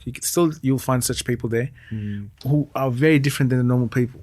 There's something It's wrong. like they just come out at night. Yeah. Nah, it's just like something terribly wrong, Mm. which even themselves are not able to explain. Mm. Which is kind of weird. You know what I mean? So yeah, that was Maybe a it's like group tank, you know? Find people that also. yeah. That was like a cultural shock for me too. Mm. Coming across such people from a background which is not very conservative, but at least a Muslim country, to this kind of setup where everything was so open and It's weird, isn't it? yeah. But it was a good cultural interaction with a lot of people from a lot of different countries.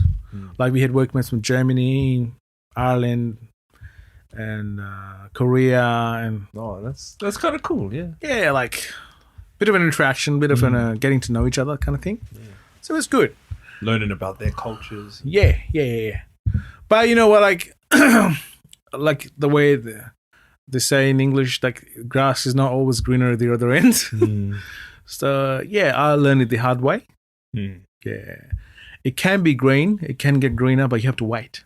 Sometimes it's like you don't know how green it gets, you know? And sometimes this is a thing that I learned just recently of one of my mentors is delayed gratification. Like you have to wait. Yeah. Until It makes a big until difference. the tree matures up, the seedling matures up Patience, into yeah. a tree and starts bearing fruit. You know what I mean? So I think that's what I learned over the passage of time. Yeah. There's no such thing as instant gratification like Bitcoin. You know what I mean? Yeah. Because I always chose the path which is kind of harder than the rest of my people. More like tried and true. Like, I give an example. Like, once I got permanent residence, that was in 2016. I thought, okay, let's get into security work because I'm big and tall, You're tall. and I can do it easy. I can communicate. Probably, let's do it. Let's give it a shot. Yeah. And I got my license for security in 2016. Then I thought probably I could be a good security guard, and I tried to be a good security guard as well. I was a control room operator. Did some other security jobs, like basic kind of jobs, like static work and all sorts of jobs that security does have. Then I realized probably you just need a certain kind of caliber. Yeah. Like what? Just basic. Just directing people and majority of times your hands are tied. Even if you want to grab someone and like your hands Kick are tied. them in the balls. Yeah, or something. Yeah. So You majority have of to time, restrain yourself to a degree. you don't have the power of arrest, and because Australian laws are very lousy. You can't citizen arrest. Yeah, but you just get a slap on the wrist. A lot of things you can steal and just get a slap on the wrist. Yeah, I didn't know that. And I realized, mate, I was in my 30s, early 30s back then, like just turned 30 or something. That's when then you just start thinking, mate, shit's getting serious, you know. Let's get a deep. Oh, it's 20 just the other day. Yeah. So you just start thinking, okay, man, let's get serious. Let's get a deep understanding of what I'm actually doing. And I'm of the opinion that whatever that you're doing today, if you keep doing, where's that going to get you after 5 years or 10 years time? Yeah.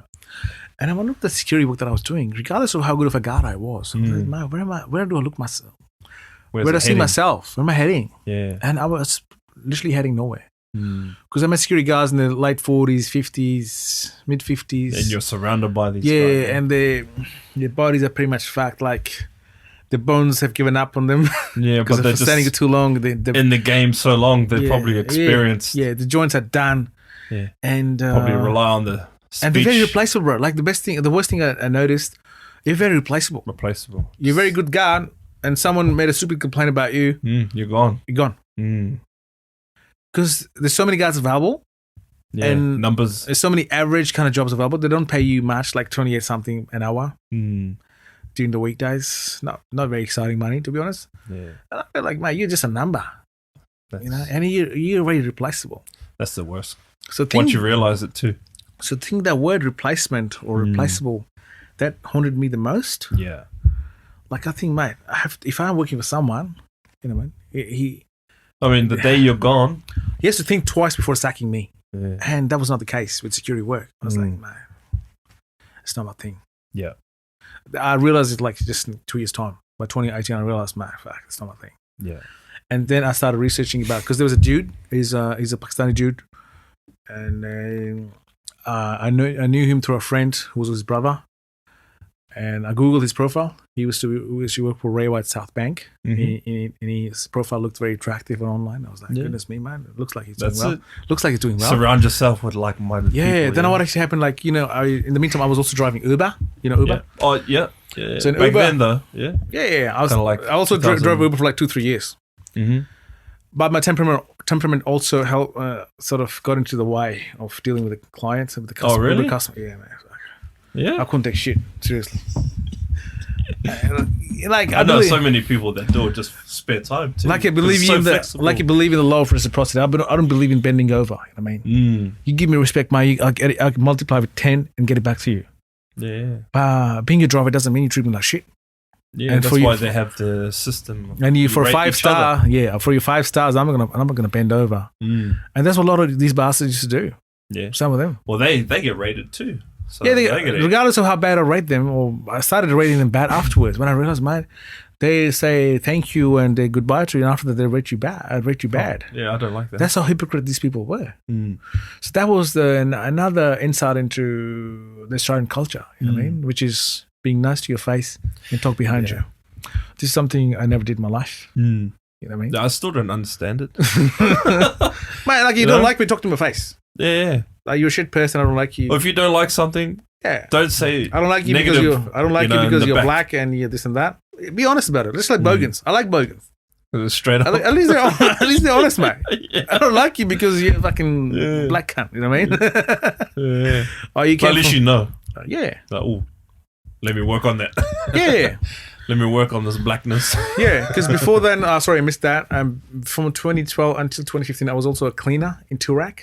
Sorry, that was a good story. I missed that story. Toorak? In Toorak. Yeah. Believe you me, man. You hit the jackpot. You hit the jackpot. Cleaner in Toorak. Yeah. Hey, doing anything in Toorak, you're all right. Yeah, like... Were you working for someone? Yeah, I was. My contractor was very good. He posted a job in Gumtree, and I was kind of stressed out because my Indian boss, he was treating me like shit, like not paying me enough. Like my wages, he was just squeezing my wages, not paying. Like this cleaning boss? No, the pizza shop. Pizza Shop. Then I thought about switching to the cleaning job, which I got. Into yeah. Which kind of an upgrade. So I did cleaning there in one of the centers there for like at least 3 years and a bit. And at the recent time, I switched from that pizza shop to another pizza shop in Essendon as a delivery driver. Essendon. So slightly better job than the one before, because that guy was a Lebanese Christian guy, very respectful, nice dude. I still respect him. Yeah. So it goes a long way, I worked for him for like 3 years as well. And I was cleaning in the morning. Yeah. And I was a pizza delivery driver in the afternoon. Wow. So and student. And I was a student as well. And what did you do on your 2 minutes off? Nothing. I couldn't barely sleep, bro. Whenever I had a bit of time, I used to go. I take my wife out for long drive and stuff like that. But I was exhausted, to be honest. But I was young, probably. Exhausted. I was probably very young. That's why I didn't feel it much, because when you're 20s, you don't feel much. Yeah, that's probably That's probably was the case as well. But my body was also giving up on me sometimes. But I was just too much putting so much stress on it. Yeah. But working in Iraq was interesting, because some of them did appreciate it. Man, you're too good for a cleaner. Like, you are a very knowledgeable person. Yeah. You got a good English, this and that. How come you're a cleaner? But some people used to ask me, but I was still a cleaner. But anyway, over there, you're at the bottom of the bottom of the food chain. Being a cleaner, you don't have a parking spot in the building. You're working, and you get to interact with a lot of the gurus of the industry. From top to every floor that you do cleaning, you have a bit of chit chat every day with someone, and you sort of become friends. Not really friends, but you know the way cleaners get looked at as some harmless person who helps me out. Yeah, hello, how you going? Yeah, that kind of stuff. But I got sacked there for a funny reason, because one of the ladies I used to see every day, she passed away. She was a prosthodontist or something. What do you call that? Prosthodontist. Oh, like foot doctor? Something like a dentist kind of shit. Oh, okay. Prosthodontist or something. That's what she was. She passed away. She died out of cancer. And I was kind of missing her, This might people, whoever has been in my life for a while, you've established connection. Yeah. I was kind of missing the way she used to talk to me, very respectful, this and that. I just asked one of her colleagues, do you have any photo of her in any of the offices? I just wanted to have a look at her and just develop the feeling of pay tribute, like some kind of that thing. Yeah. She made a complaint about me. No way. The cleaner asked for the photo. I was like, what the fuck? Like, oh my god. I didn't ask the photo. I just wanted to have a look and just pay tribute or something, because I'm missing her. You know what I mean? She's been the part of me, like at the work. We would have had no other contact. Yeah, and I got sacked, bro. For being a human. And all of a sudden I got multiple complaints of people who were apparently so nice to me but talking behind me. Oh, funny shit, stupid. So then it came out. Yeah, out of all those people, some of those people. Yeah. And I was like, man, what the hell is that? No, what kind of people are they? They're bloody middle-aged people, super rich people. Like, their average earnings would be 30 to 40 grand a month. Probably more than that. A month, yeah. They're super rich people, majority of them. Like dentists, what do you call them? Accountants. Some one of them was like a life coach kind of shit. Like a snake oil seller kind of stuff, you know what I mean? But anyway, then I realized that these people have a good face to represent to you, but it was almost like a lesson. There's a lesson learned for me, mate. Mate, don't always be so trusting. Nah. Face value. Nah, like exactly. That's what I learned out of the whole experience, that these people and my wife was pregnant, mate, when they sacked me. She knew. My boss knew that my wife's pregnant. She still sacked me. There's so much pressure from all this rubbish complaints, and I was not making too much money out of that. Maybe just $800 a fortnight out of 4-hour work every day. Fuck that. Anyway. Yeah, seriously, mate. But I could have just deployed you to another place. But if you want to feel yourself like you're a poor person, you get a cleaning job in any rich suburb. My mum was a cleaner for like 30 years. Yeah. If she was in a suburb where people are like, and not in Turak. If it's a middle class suburb, people respect you still. But in a place like Turak, I remember there was a dude. I still remember his face. Like, if me and him in the same lift, at the same time, if I would say hello to him, he won't hello back to me. Yeah. What is it? Because for him, I was a low class person Yeah. And at the very same time, I was not local. I was not white. Mm. I didn't belong That's to weird, Iraq. I didn't belong to Iraq. I didn't belong to Iraq. That's how racist he was. You know what I mean? Yeah, I don't get that. Like, no decency, you know? Like idiots. Mm. Idiots with good cars and shitloads of money. Probably inherited. Like, to be honest, being an Australian Pakistani that I am today, I've got probably more respect for a homeless person at the Fed Square being fed by Sacred Heart Mission every Sunday than someone like that kind of a caliber, that idiot who owns some office in Turak and probably has multiple properties. I'll probably have more respect for someone. Probably inherited. Whatever the shit is, man, if you don't know how to respect humans, you're just a meaningless person. You're not human, you know? There's no human connection. Exactly. Rubbish. That's it. So that person actually gave me an insight of how the society used to be back in the 70s and 60s and 50s or 1900s when you think about that racism was a big thing, was a thing in Australia. I don't think if that's that much, especially in the metro cities, where you see a lot of people of my or your kind of skin around. But that interaction was a kind of an insight for me, like how these people actually were before, or it's actually one of that remnants of the class who were like that, pretty much. You know what I mean? Yeah. So classism. Yeah, but we have such people in Pakistan as well. Rich class people are always going to be like this somehow, with a certain degree of arrogance, which changes person to person, people to people. Anyway, that was a kind of interaction. But at SNN was all a good experience as a pizza delivery driver. After that, you still had that job. Yeah. But then left both jobs. I got into Uber driving and security work. Yeah. I always did a combination of two jobs, you know? What do you mean? That was the only way of survival for me. You know what I mean? And yeah. So what actually happened was what was that? Yeah. Then I got into pizza. Pizza was okay. Pizza delivery driver job was okay. And then yeah. In so when you're Uber driving, sorry. So in the meantime, 2015, we had the birth of my first child. The first and only boy child. Or girl? Boy. Yeah. First and only child. So he was born. We celebrated it, and it was a good experience altogether. And it was born in September 2015, but just before I turned 30. Oh. So actually, at least ticked one of the boxes before 30. At least I was dad, you know. Yeah.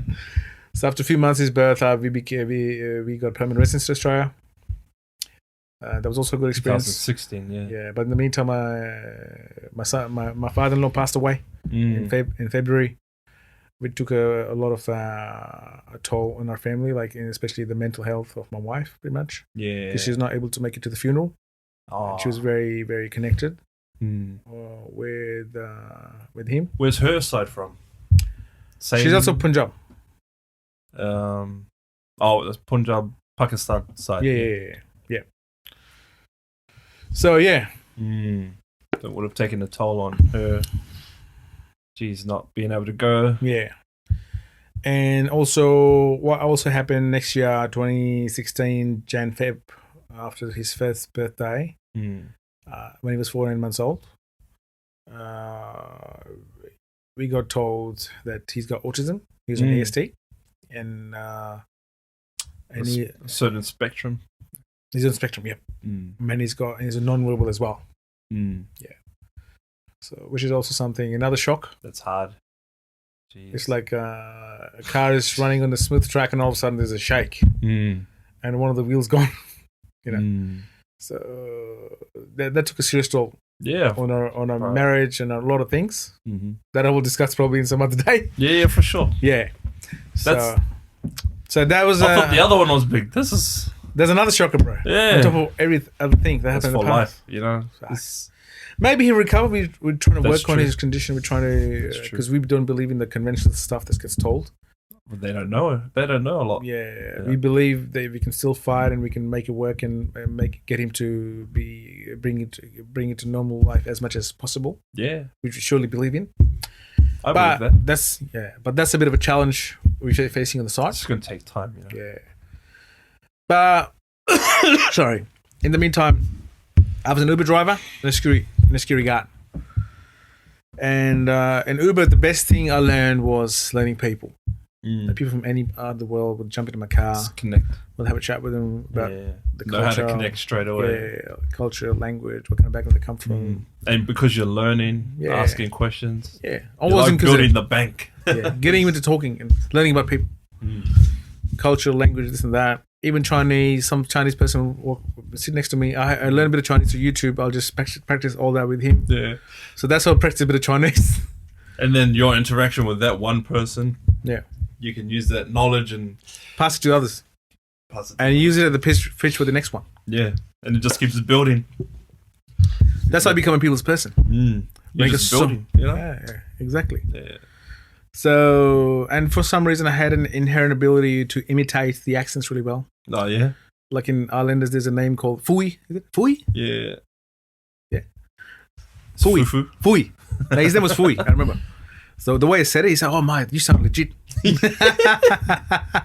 So just like my cousin. Yeah, Fui. So I was like, mate, I said right. So for some reason, I was able to connect with people because, you know, the fundamental ingredient, the basic ingredient that makes humans is this respect, which I always had for people. It's universal, yeah. Yeah. Even if he doesn't know anything, I'll still make you feel like that you're being respected in my presence. I'll use such a body language. You know what I mean? Yeah. So Uber driving helped me a lot in learning Australian people, the kind of culture they go through, the kind of culture they go on, the diversity.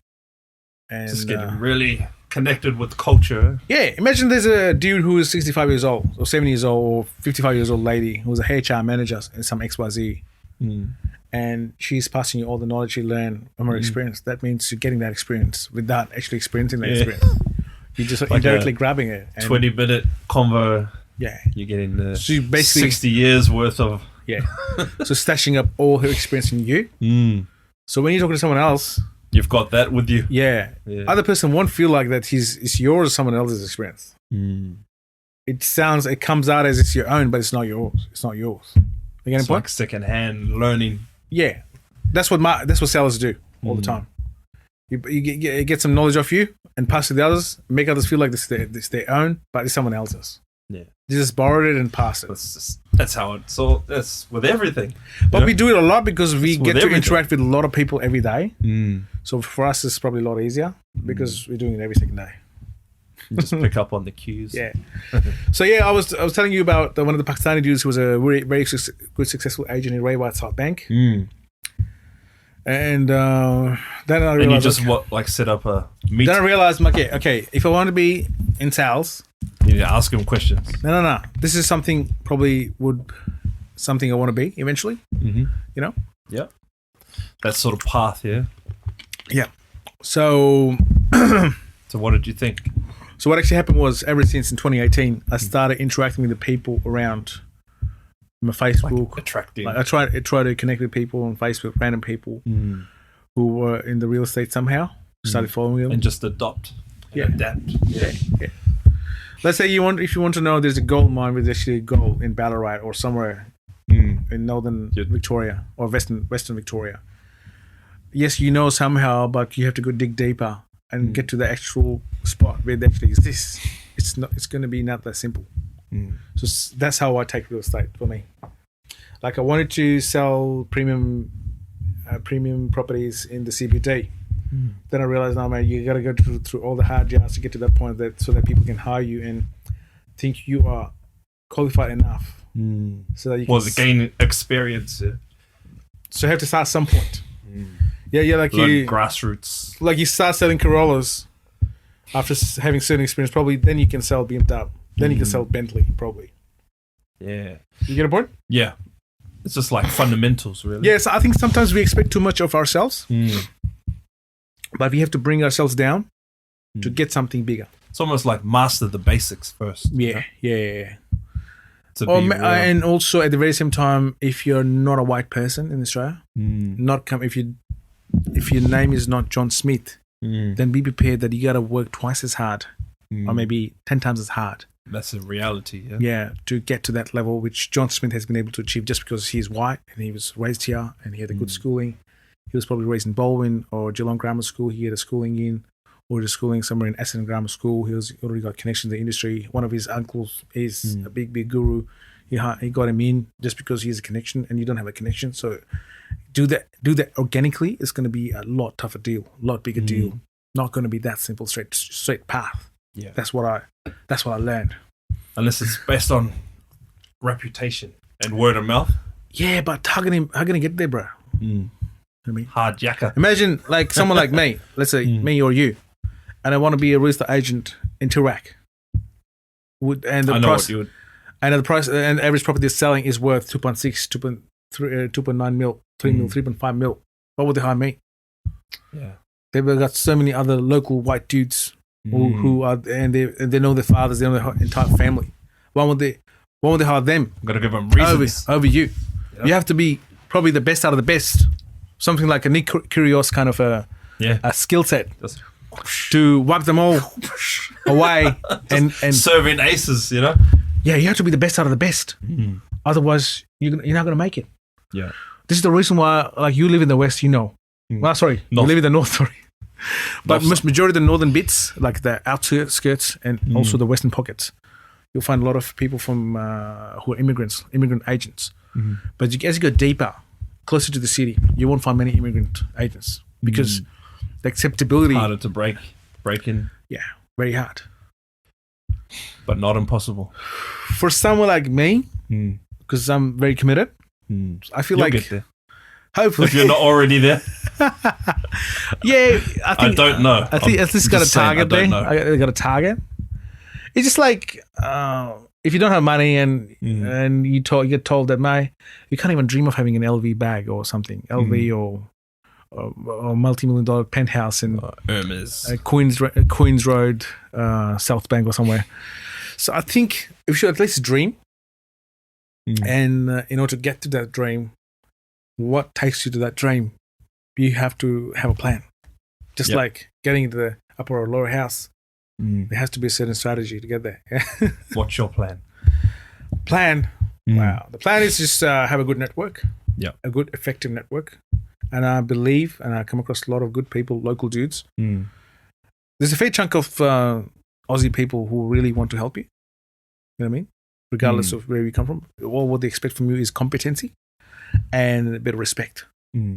As long as you have that ingredient. At the same time, it builds their network too, you know? At the very same time, you know, if you look at the other side of the story, what we have to accept as a community, like there's a lot of community people in Pakistan and there's Indians and a lot of the communities, probably yours as well, who just want to live around their own community. Yeah. They have dominated certain pockets. They live in a bubble. They want to be surrounded. They go to Coles, they go to any supermarket, they go to 7-Eleven, they go to any servo, they see their own kind of people. Yeah, they might want a Korean shopping centre there. Yeah. And like you go Box Hill, you don't feel like you're in Australia because majority of the people, majority of the crowd is just Asian. Vietnamese or Chinese or some kind of Asian. Because they feel like very comfortable within themselves, within their own community. And they've got how can you break into them? Yeah, facilities they can, facilitate for the culture. Yeah. So this is the way. If you live like a herd is good, you have to have a good herd or your family and wider group. But I personally feel like you have to break into if you want to break apart. If you want to make a difference, separate yourself. Yeah, not entirely, but to a certain point. Because you should not forget the actual goal. What brings you here? Same direction. If I had to live in my own community, I would rather still be living in Pakistan somewhere. I mean, I came here to explore something new and share something new with them. What do I have for them to offer? You know what I mean? That's how I take it. And whenever I interact with the locals, I believe we are the same level. We are the similar human beings with slightly different appearances, probably backgrounds. Yeah, but when you stick to the fundamental principles that brings humans together, whether it's religion, whether it's spiritualism, whether it's respect or whatever, you can still make it work. That's what I believe in. You know what I mean? Yeah, like you said before, find that common ground and just start building. Yeah. So there's never going to be a perfect world. That's what I believe in, and I believe Australia is not that far. Like what it used to be 50 years ago, I think it's gone in the right direction. Yeah, I believe so. Like if you compare to what's happening in my backyard, I think Australia is doing a lot better. Oh, yeah? I have to be honest. I mean, So the grass is greener here now. yeah, like not as green as expected, like in terms of my financial benefits that I was expecting, like financial in terms of like business growth and career prospects and stuff. I think it's like a very raw kind of canvas, like a blank canvas for me. There's a lot of things that can be introduced here and can be worked here, but I feel like they haven't been introduced as yet because Australian society on the average is a laid back society. Like an example, there's a weekend and there's a public holiday on Tuesday. And Tuesday, if you drive on the roads, a road's going to be most likely going to be empty. It's going to be empty roads, most likely. Because usually is, yeah. Yeah, and majority of the countries, this won't happen. If you got a workaholic culture there and people are committed to work, majority of people probably won't get a day off. They'll still come to work on Monday. So I think that work ethic is not there as much. People want easy money. And I think it's a work-life balance. And they want too many holidays. Yeah. Like because the problem is they haven't been exposed to a competition as yet. Yeah. If you are, let's say, because we're right now situated or surrounded by ocean, you know. Yeah. We're in competition with ourselves. Yeah. And a little country over there, New Zealand. Like, I'll give you an example for me. Like the way I look at Australia. Australia is a good reference market. Like anything made in Australia, whether it's something like a baby formula milk. China, instead of being such a big economy and such a huge manufacturing giant, for them, baby formula milk is a big challenge because they failed to convince their crowd, their own people, that yes, we can do the number one best quality formula milk. They still have to rely on Australian standards. That means Australian standard is something that's world renowned. And I think building your pitch on the same impression, on the same like the reputation. Yeah, I think it should be widened, and we should explore some other industries as well, where we can cash made in Australia. Like I come from a engineering background, something like machine manufacturing, smart materials manufacturing, locally being produced. Yeah, we could do that here. Because all what we need is a good markup, which is possible in a smart machine, not possible in the basic stuff. So I think if Australia has a policy or designs a policy of making smart materials, which obviously the cost is going to be higher building here, but you will be able to get the higher price like Germany. It's an offset, yeah. Yeah, just like BMW is always going to be over 100Ks. That's I understand. That's a. You're paying for quality now. Yeah. Even if the Hyundai does as good of a car as any made in Germany car, they will never be able to claim the price what Germany can. You get the point? Yeah, premium. Yeah, premium. I think Australia should head into something like this. Yeah, I think because so. Australian education standards are still good. People do trust their education system. Still a reputation. Still kind of like a surplus kind of country. Yeah, Australian standards is testing and mature. I think this is the only thing which is very commendable, which probably they've been able to achieve over the last couple hundred years, whatever the history is. So I think building on the same impression, I think the potential's there. Yeah. There's a potential, but we have to have such people in the politics, in the power corridor, who have that vision to actually pass it take it to the ground level and make it work. You know what I mean? Unfortunately, what I've noticed that education is like a frowned upon thing. People just brag about, I've just done 12th standard, I can do as good. I'm a director, I'm just done 12th standard. I'm just a street smart learner and this and that. I got a lot of experience. Yes, for a lot of trades, experience on its own is good enough. But the kind of industry that I'm talking about, like think about NASA, for example. NASA, let's say you have a NASA and something like alternative NASA in Australia. Would you hire something like a street smarter? Street smarter? Yeah, I did YouTube for like two years straight. I did all the YouTube videos. Yeah.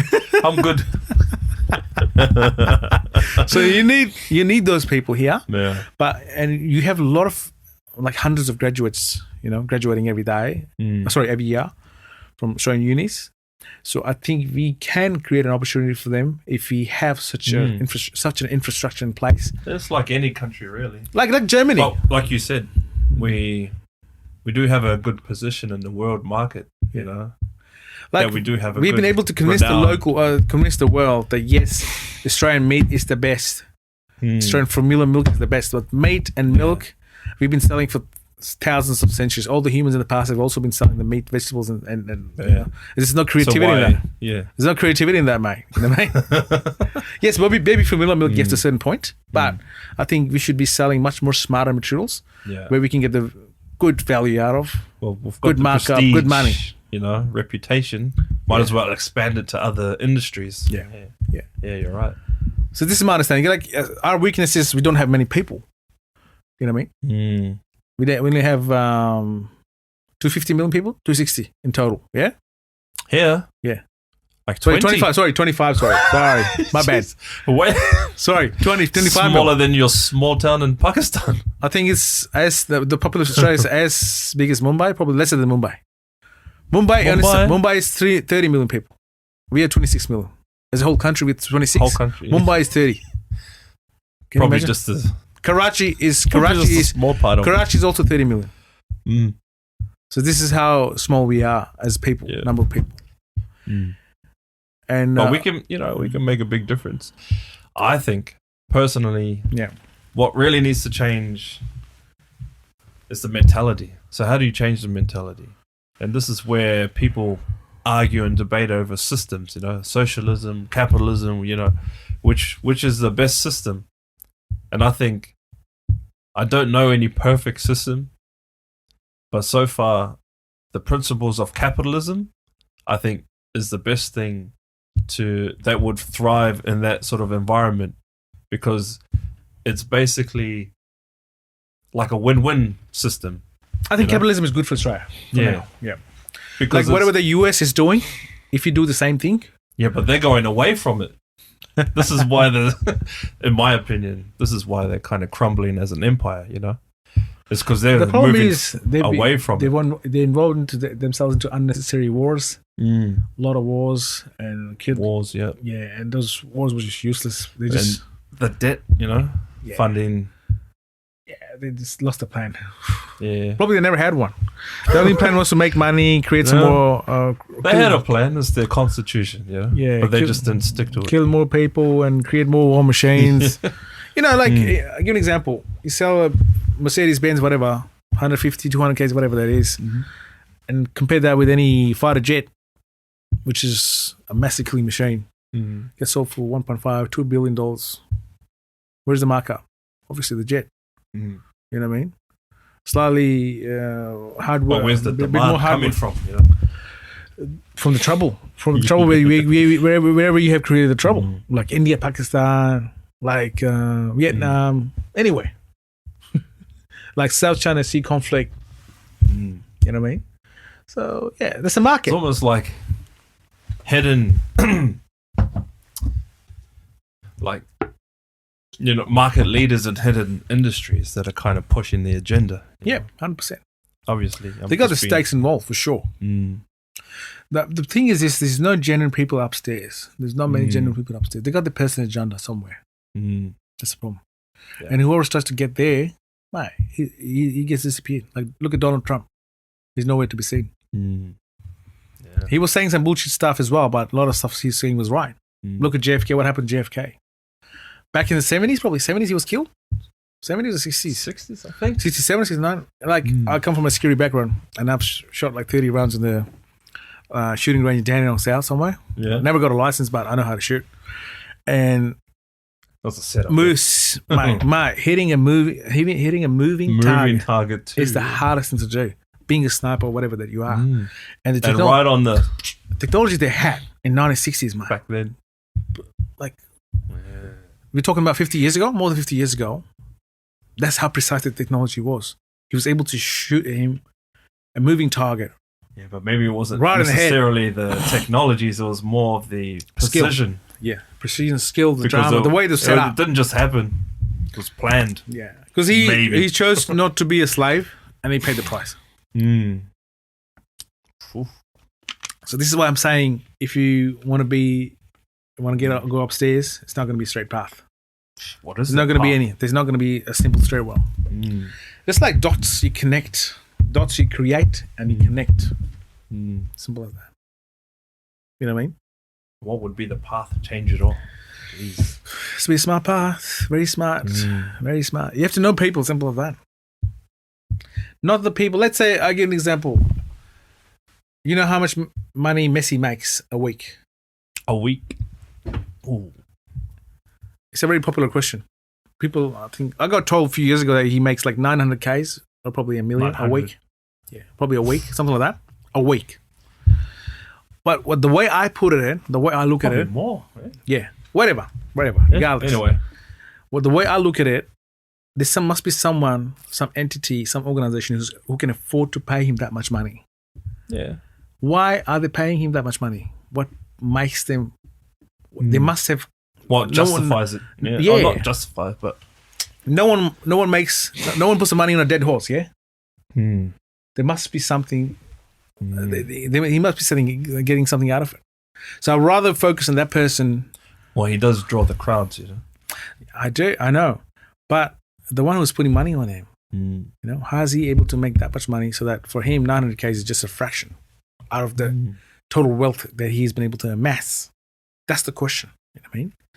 As we get told, the Matrix. You know what I mean? He must be out of the Matrix, and just for him, it's probably just a game of chess.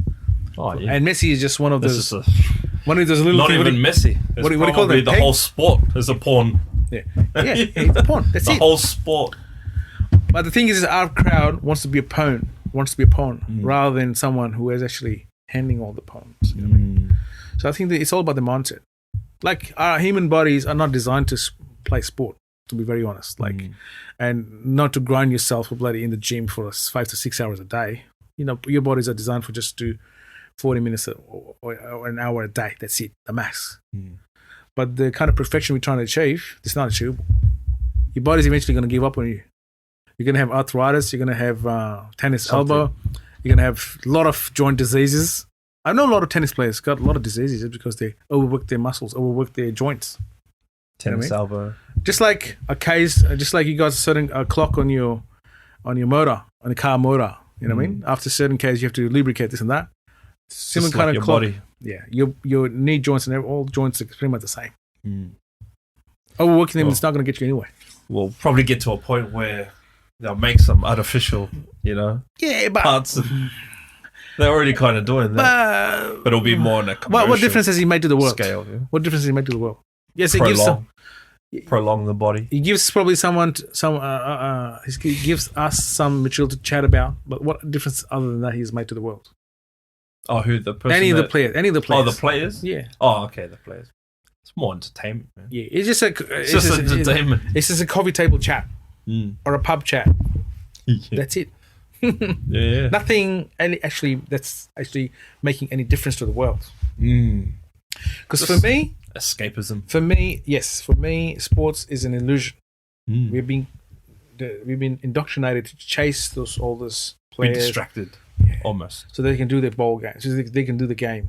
Well, you're distracted and you're paying money. Yeah, exactly. So I feel like we're being fooled by befooled by these people, big time.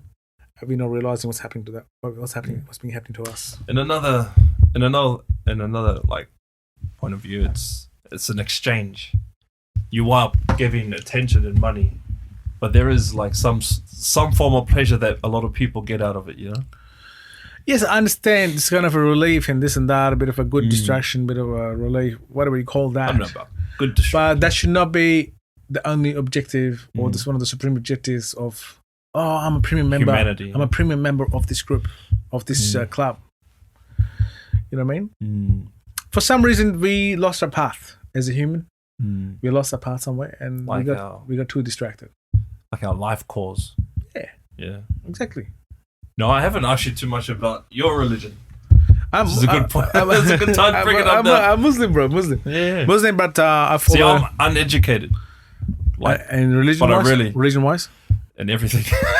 Not like... but I love to learn, so I love to hear about it, you know? Like I'm a Sufi Muslim. Sufi. Sufi is like it's kind of... it's one of the school of thoughts within Islam.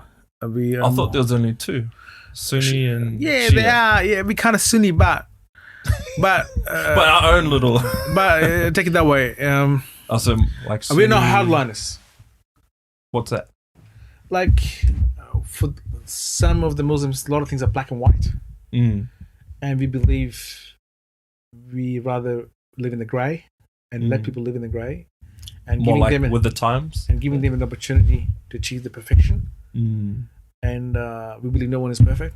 I'm imperfect, you're imperfect, and all of our lives we keep trying to achieve perfection and try to get, which is important. Yeah, and before judging you, we judge ourselves. There's a constant, been navigating ourselves constantly, what we're doing, our actions, our thoughts. You know what I mean? Because what we believe, the moment our heart, our thoughts get polluted, we can't make any difference to ourselves or in someone else's life. So it has to be constant checking ourselves, checking balance on ourselves. What you do have control of it. Yeah. So in other words, like if I does something, and there's a thing called remorse, repent. If I have done something wrong, and I would rather accept it, confess it. Like I've come across a lot of people who rather stay arrogant. Yeah, like I'll be considered weak. Like I come across as weak if I accept my own faults. No, I don't think so. But I believe in confessing and understanding, and probably this is one of the reasons why I'm very good with connecting with humans. You know what I mean? I won't let you get bored. Get straight to the point. I won't let you get bored. Yeah. Because the fundamental reason why is not just the words that are coming out of me, is the energy they're carrying. Yeah. And you must have heard of modulation, frequency modulation. Yeah. Modular waves. Voice is a wave. It's like a rhythm almost. Yeah. Voice is a wave. Okay. There's certain energy that carries that voice, and that voice frequency is dependent on that energy that's carrying it. If the mood of the energy is positive or negative, that's how it's going to come across. Transmitted. Yeah. Exactly. Yeah. Like similar things, similar preachings being done by two different scholars, having different impact. Have you noticed ever? Yeah. Because or just normal people. Yeah. Because one of them is actually practicing from what he's preaching. Yeah. One of them is not. Similar words, similar. Maybe he's got a better accent or whatever. Maybe not be able to make such a good impact because he's not practicing. He's a hypocrite. Well, it's not coming from not truth. Something comes from the heart. Yeah, whenever that comes from the heart, has an impact. Yeah, it just hits the notes. Yeah, and as it's said in Australia, you have to be true to yourself. You can't be, you know what I mean? You can't be lied to yourself. So I believe once you're true to yourself, once you understood that yes, this is right, that's really how you get the energy and pass it to the others. This is my understanding. Ah, that's interesting, man. Yeah. And what is it called again? The Sufi. Yeah. Sufism, yeah. Are there any other ones? Like Sufi is like a spiritual version of Islam. Take it that way. And it's gaining much more popularity because it is not very. It's more like modern. It's not very hard-line approach. Like, for example, let's say you drink. Let's say you drink, for example, and it's prohibited in my religion. I'm not going to judge you based on your drinking habits. That's for you. That's for that person. Yeah, like we're not allowed to judge people based on what they do. You know what I mean? We should rather be judging ourselves all the time. And no one gives us a right to consider ourselves superior than the others. We always keep ourselves low-key. That seems noble. Yeah, we keep ourselves deliberately low-key. Even if we know a lot, or if we are... Let's say I got a friend of mine, he's a doctor, all right? He owns a Tesla, like one of the premium cars he owns. But he was kind of... When we were talking about cars, he's kind of very resilient in this, telling it to me that he actually owns a Tesla. He just told me very humbly that, I have a Tesla. He was not like in a brag. He was not bragging about it. You know what I mean? Yeah. Because that's not allowed. You got to keep yourself low. Would that come under like pride? Is it? Or? Pride is something not allowed at all. So if you keep ourselves low, humble, approachable, that's the only way you can be approachable. Does it make sense? Yeah, it does. Yeah. That's the only core principle. If you follow, you can connect with anyone. And if you got if you want him to if your purpose is to guide him further, that's the only way. You know what I mean? And make it understandable. Like with the Quran. Yeah, Quran is one of the holy books. Is the book, yeah. But with the spiritualism, we got Jesus Christ had apostles.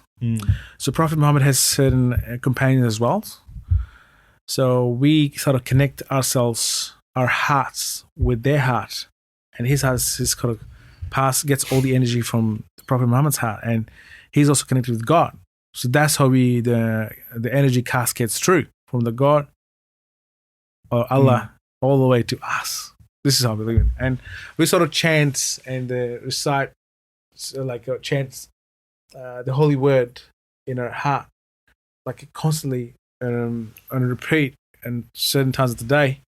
So it keeps cleansing our heart and all the impurities, all the toxicity, all those emotions that come in your heart, like hate, anger, jealousy. We try human. Yeah. So we sort of keep a good watch on ourselves so that those feelings don't come into us. Like washing hands, you know. Yeah. You're gonna touch something. Hygiene is the hygiene of ourselves. Hygiene of yourself, yeah. Yeah. So this is the simplest way I could explain spiritualism. Yeah. That's interesting. Like it's I said, I'm uneducated. Man. It's like a naturopathy. You know what I mean? It's not like a surgery or you rip something apart and it's going to happen very slowly, but eventually it will be okay. It's going to take time, but we believe in the very slow treatment or fix, very slow fix, slow and consistent fix rather than aggressive. If that makes sense to you. Yeah, and it works. That's the main thing. Tried and true, you know. I give you an example. There's so many people that come across. We just connect for no reason. There's something they can feel inside of me that brings them towards me. I got amazed at how the frequency. Something, man. Something like I believe there's a lot of things in the beyond the visible spectrum that we are looking at. I believe there's a lot of waves around me. There's a lot of waves around you. And our energies in the form of waves interact with each other, which is called non-verbal communication. Yeah. And a lot of things that happen in our lives, a lot of things that we feel are based on those energies. They call it vibe. Vibe, yeah. Yeah. So our job is to constantly work on our vibes. And that's good. It keeps you grounded. Grounded, and the way we take this expression like grounded is because I believe that one day I'm going to die. And I'm not afraid of death at all, because that's the first part of spirituality. Probably the first step towards spirituality is accepting. We are mature at the end of the day, and this is going to die away. Your body's constantly aging. You're progressing towards your death slowly. You're going to be old one day, you know what I mean? And you're going to pass away eventually, like many of our forefathers. Yeah. You know what I mean? So, everyone. Yeah. Everyone. And the soul inside of us is the word of God. You know what I mean? Soul was put into our body through God, he passed into us, and it's going to stay eternal. It's never going to die.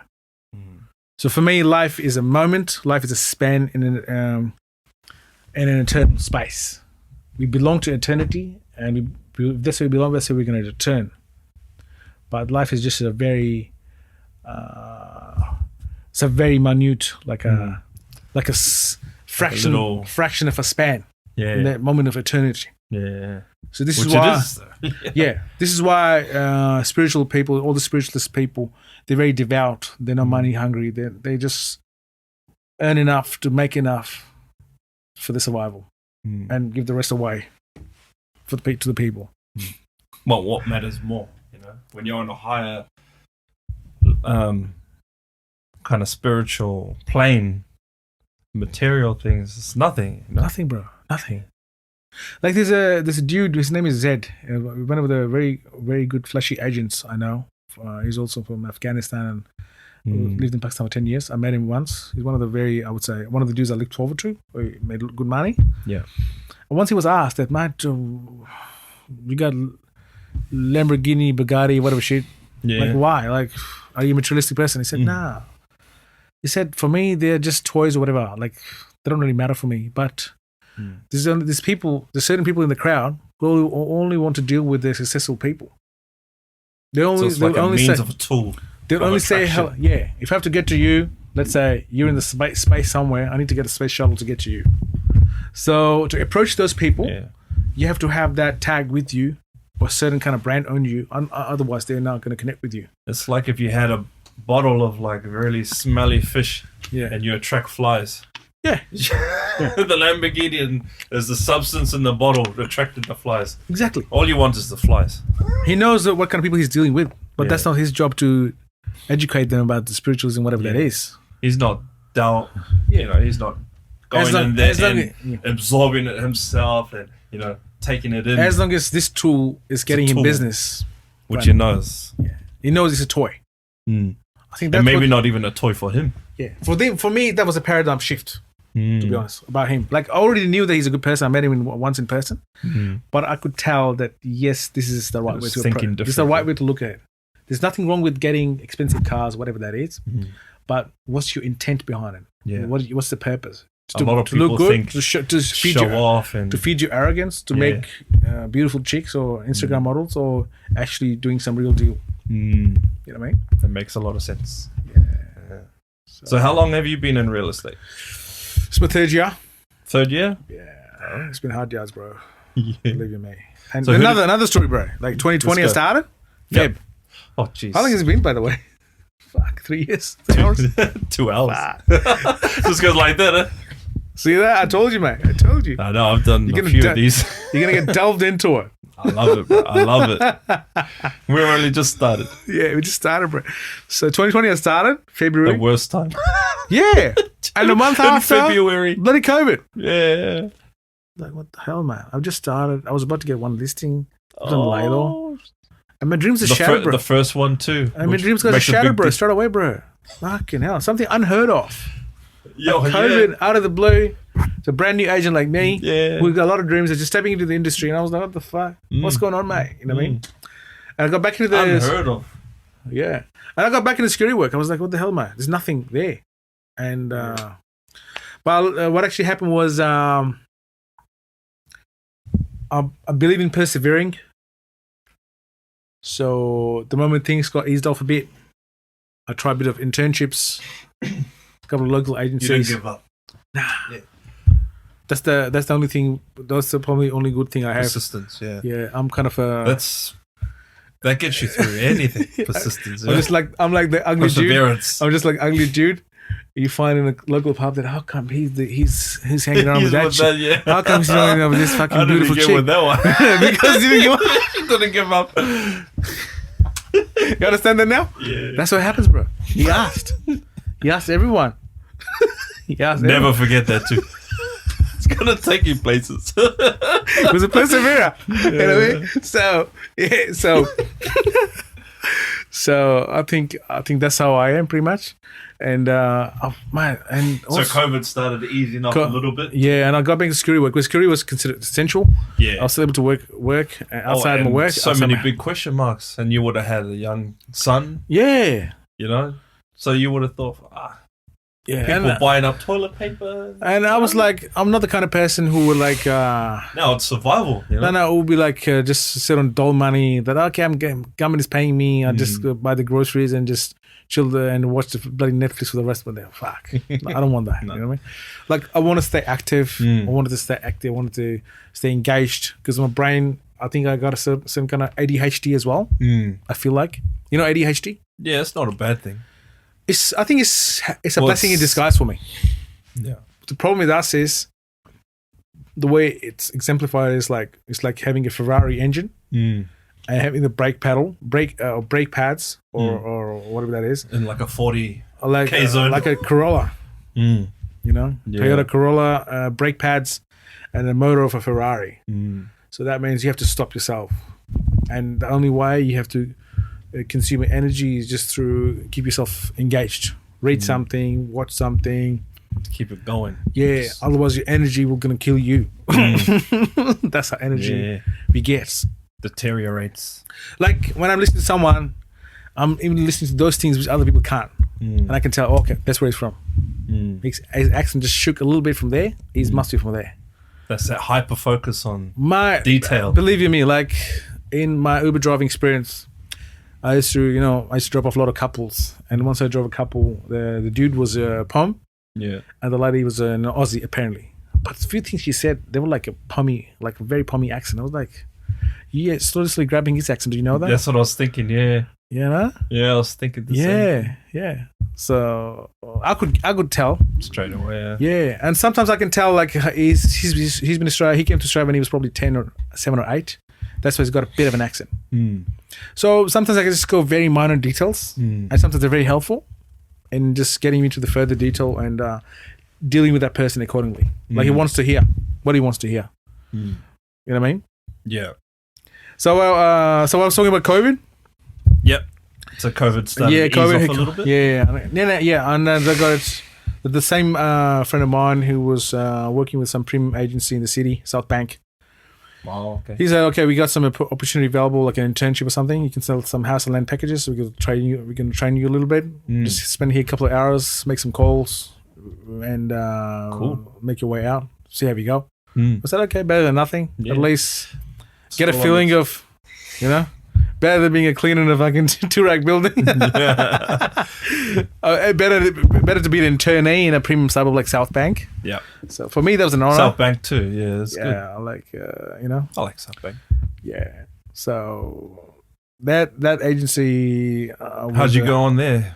Just a month and a bit I worked. Then I got to learn about a lot of office politics. Like politics is something. Even there? Yeah. Oh, jeez.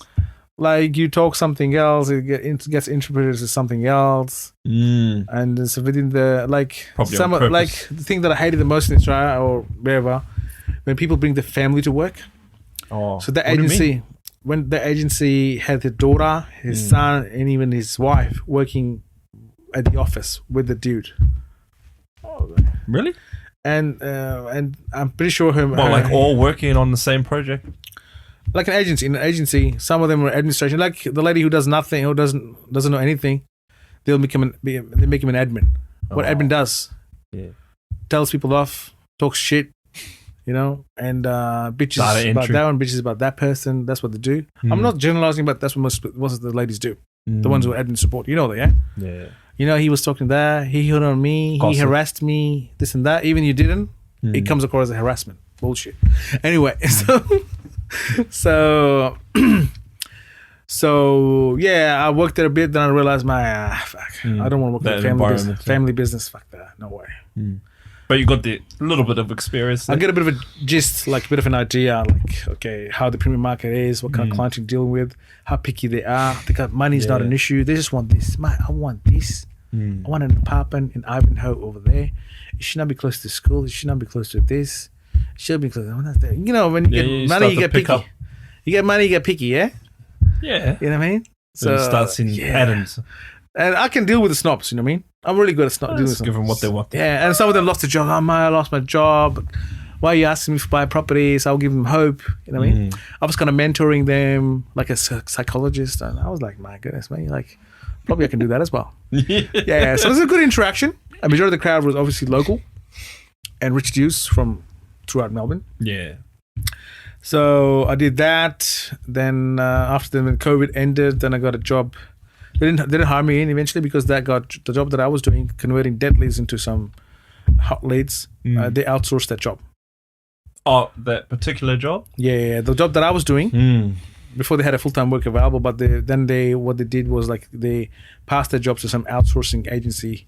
There's an agency and a lot of in Australia as well, where they have a bunch of ladies calling on your behalf to your clientele. And if anyone's interested in looking for buying whatever, they'll pass the leads to you. Like, hey, this guy is willing. So they just went the outsourcing. So right? Instead of just getting a full timer and paying you more money, you'd rather get someone like that. Yeah, you'd rather get someone from the Philippines or India, or if you want someone local, they got a local options available as well now. You know what I mean? So that's what they did. I said, okay, I don't mind. I got a bit of training, bit of an interaction. So keep moving. Yeah, got an interaction with the very super high class ladies and good insight, yeah. Like how they work, how they operate, and probably with your hyper focus on detail too, you would have picked up on it. Yeah, like what she was telling me, one of the senior managers there. You know what? Like we were discussing like one of the interesting things that she discussed with me, that there's a lot of suburbs where there's where the price is not very high, but there's a lot of volume. We can get some business from there too. Then you know what I said to her? What's that? I said, majority of the sellers, majority of the agents like you and me, they think the same way. And somehow that top chunk of the market where the properties are worth 5 mil, 10 mil, 20 mil, no one goes there. Yeah. Because not everyone thinks, oh man, probably I'm not of that caliber. He's not confident enough to get there. This is what I'm targeting actually. Yeah. So probably that was an insight about me against about myself. That market, what kind of person I actually am. I'm dedicated to self-awareness.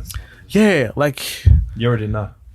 Like taking that analogy again of the typical nightclub, where an average looking chick gets asked out by every second dude, because a dude will think, oh yeah, she's not gonna say no to me. She's fucking average looking. She's got a bit of curves. She's not very super fit. Average looking girl. Yeah. She might say yes to me. Yeah. And the hot one on the side, no one approaches her.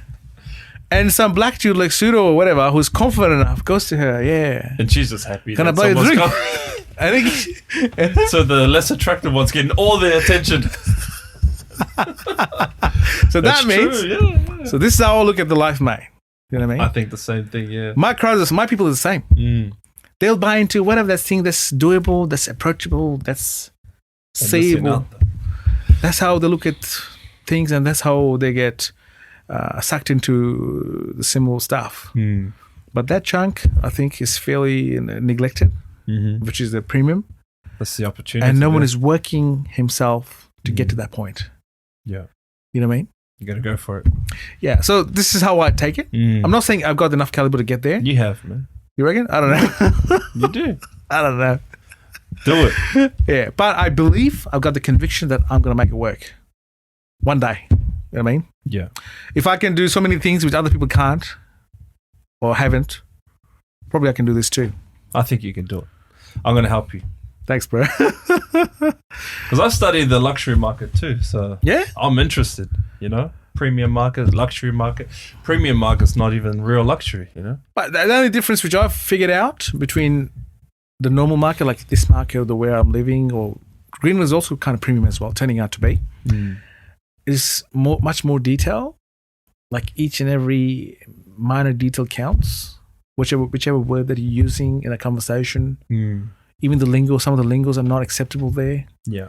Because there's certain kind of category of very poshy, snobby kind of people. They don't accept that thing. Yeah. So you have to get to that level.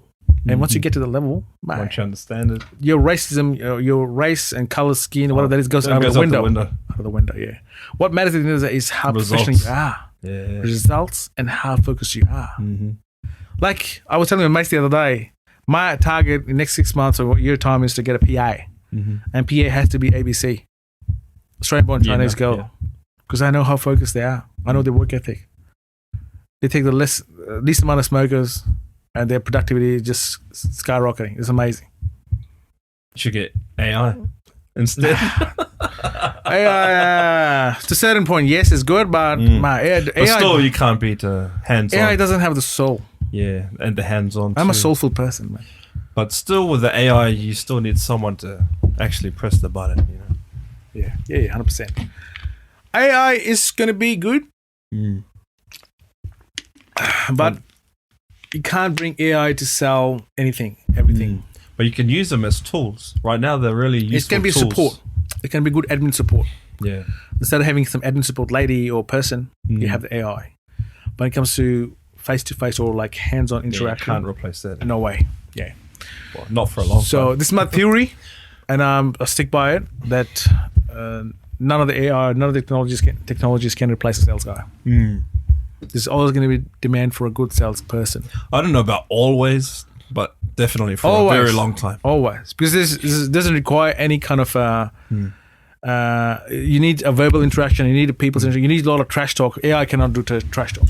I'll tell you why I say for a very long time. Yeah. Because right now, they actually can clone your whole image, your voice, and for some reason, like AI does have like different personality traits if you prompt it, you know?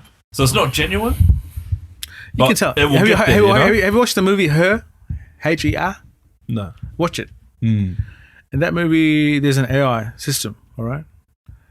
No, sorry, OS system. And there's a lady like Siri talking to the dude. He looks like a nerd with big glasses, like me, bigger glasses than me, big frame, and then move like a very old school, the appearance of like an 80s porn star, you know what I mean? Yeah. That dude, like, who's kind of having issues with the real life relationships. Mm. So what he does is like. Is this like an old one? Is this like an old, or is it fairly recent? 8 years old, probably movie. Oh, that's not. Probably you would have watched it. It's not old. If you haven't watched it, you should watch it. Mm. So he hires the OS just to get the distraction or get a feeling of, okay, something is kind of a girlfriend, artificial kind of love, like a virtual kind of girlfriend, you know what I mean? Who's talking to him and sort of talking all sorts of shit that you would expect of a girlfriend, pretty much. Okay. And at one moment, he asked her that, how many guys are you talking to? She said 500,000 or something. 5.2 million.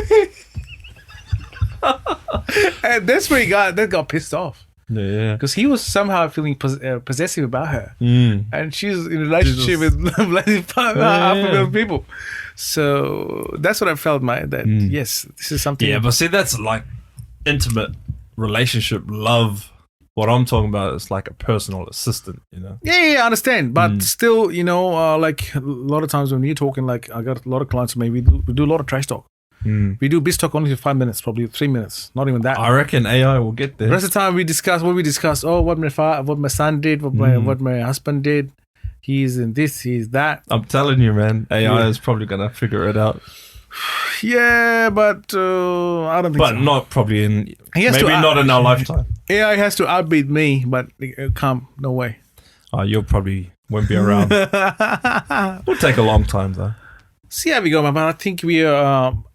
like what they can replace is those jobs which do not involve any kind of emotion, like lawyers, doctors. Oh yeah, already people using things like ChatGPT, for doctors, legal advice. You know, yeah.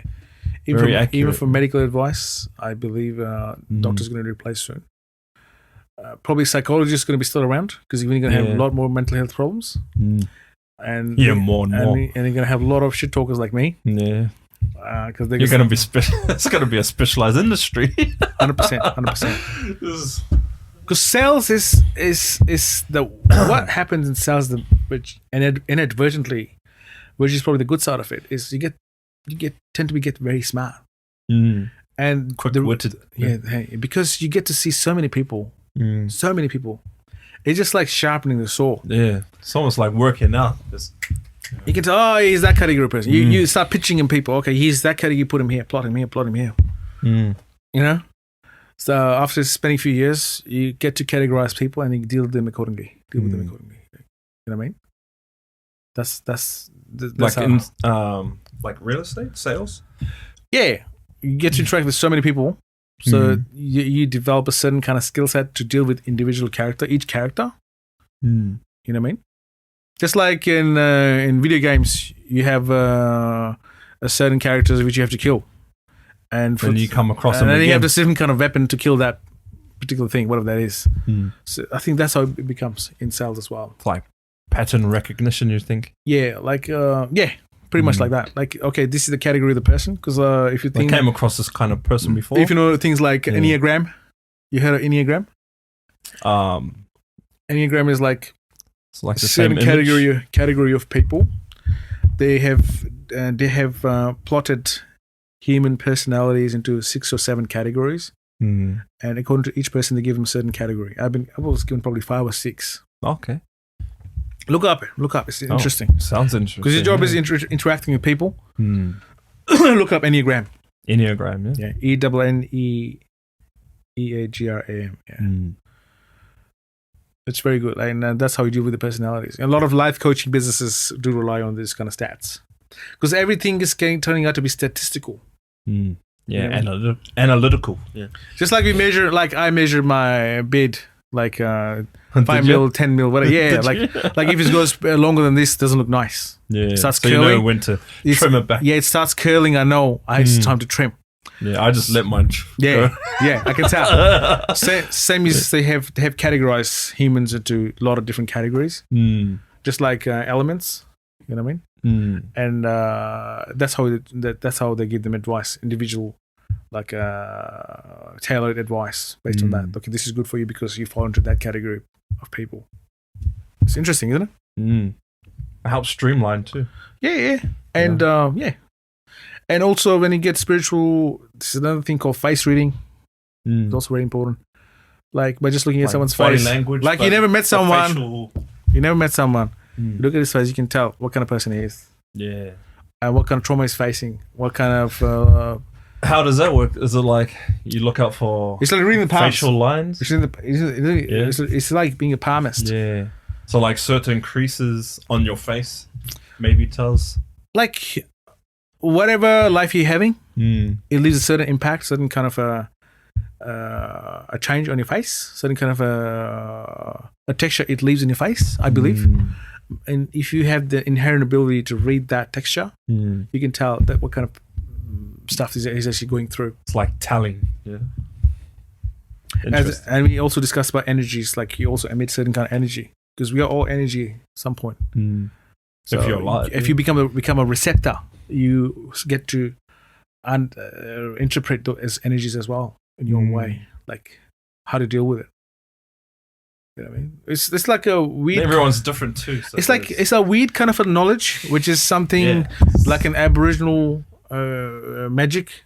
You know, Aborigines do certain kind of magic. They just pass through person to person. Hard to whatever that is called. It's like deep knowledge. Like a lot of Aboriginal languages which don't exist on paper, they pass through generations through speech. So this is the same. This is the same kind of knowledge what I'm talking about.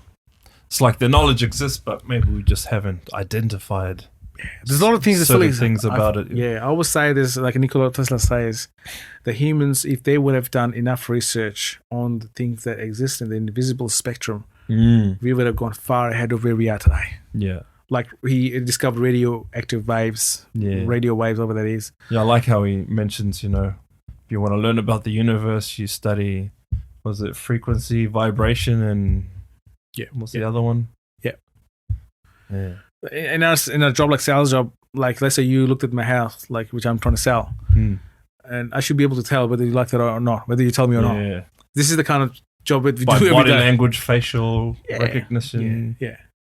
So this is something that needs a lot of smartness, a lot of training, a lot of understanding, a deep down understanding of people and personalities. It's learnable too. Yeah, like if you use certain words, I should be able to tell, mate, where is he from? Where has he spent his life? What makes him say that? You know what I mean? That's true. Yeah. And based on certain responses, I should be able to tell whether he's religious or not. What are the boundaries? What are the hardcore boundaries he's surrounded by? I should rather not push him, rather stay within that boundary that he is surrounded by. You know what I mean? And then you know what's more attractive from his. And I have to deal with him accordingly. You know? Use the tool that goes inside within the boundary, but it stays within the boundary. I mean, don't get past that. You know what I mean? Yeah. Like a lot of people are very poor with that. Like this is the reason why we get claims like, oh, he harassed me, this and that, because some of the men or people just fail to understand like how much space you've been provided by, and you're trying to sort of stretch that boundary that the person is giving to you. So you got to be very smart about it. Sometimes you have to let someone enough room to step into that thing and let you get past the barrier. You know what I mean? That's a tricky one. There's certain theory to it. You know what I mean? Like it takes time because everyone's different again. So it's not like a one size fits all. Approach, like humans are not like AI operated software like 2 + 2 = 4, 1 + 1 = 2. That's how AI operates. Yeah, there's a lot of margin of creativity, a lot of subtleties, a lot of minor details that constitute us as a human. That's true. You know what I mean? But AI will get there, I think, because we're just the more information we put into it, the closer it'll get. It won't be 100%. Nah, but like I give an example, like taking the robot as an example. A robotic hand will not be able to flex as many muscles, as many movements it would have that I have. because then the complex set of nerves I have in the hand. But some people say we're a biological machine too. We are, but we are not the created by man. That's the thing. I believe we're being created by God. And for us to get to that level is almost impossible. Yeah. You know what I mean? That's crazy, eh? So what if there was like a whole new life of AI? Because what I believe, being a Muslim, being a human, being someone with a rational approach as well, that if we start, once the man will start shaking the fundamentals, which created this universe, this multiverse, this what do we call that? The whole planet and our surroundings, our systems. The life as we know it, yeah. Yeah, like there's certain fundamentals to it, yeah? Like there's a certain biological way of producing kids. And looking at the current technology, we're trying to shake those fundamentals. And sometimes in a very, very unethical way. Like now they are not allowing us to call mothers as mothers, females as mothers, because a man can be a mother as well. Like that means you're doing something which are shaking the fundamentals, the way things have been. That's America. Ever since, yeah. Whoever. Yeah, but I believe once you try to shake the fundamentals, there is going to be a reaction to it. Just like you implant someone else's heart into your body, might match 70, 80% or 65%, but with the rest of the resistance, like 35% resistance, you have to take some antibody, whatever, some kind of a medicine, steroid or something. Yeah, to get it accepted, which also going to have adverse effects on your body. So that means it's going to be happening with pretty much everything that we do. When we try to shake the fundamentals, there's going to be a reaction to it. And I think it's let the things go organically the way they are. The moment we try to put something, the moment we try to do something which the nature hasn't done for the last so many millions and thousands of years, and you try to do it now, there's going to be repercussions. Be short-lived.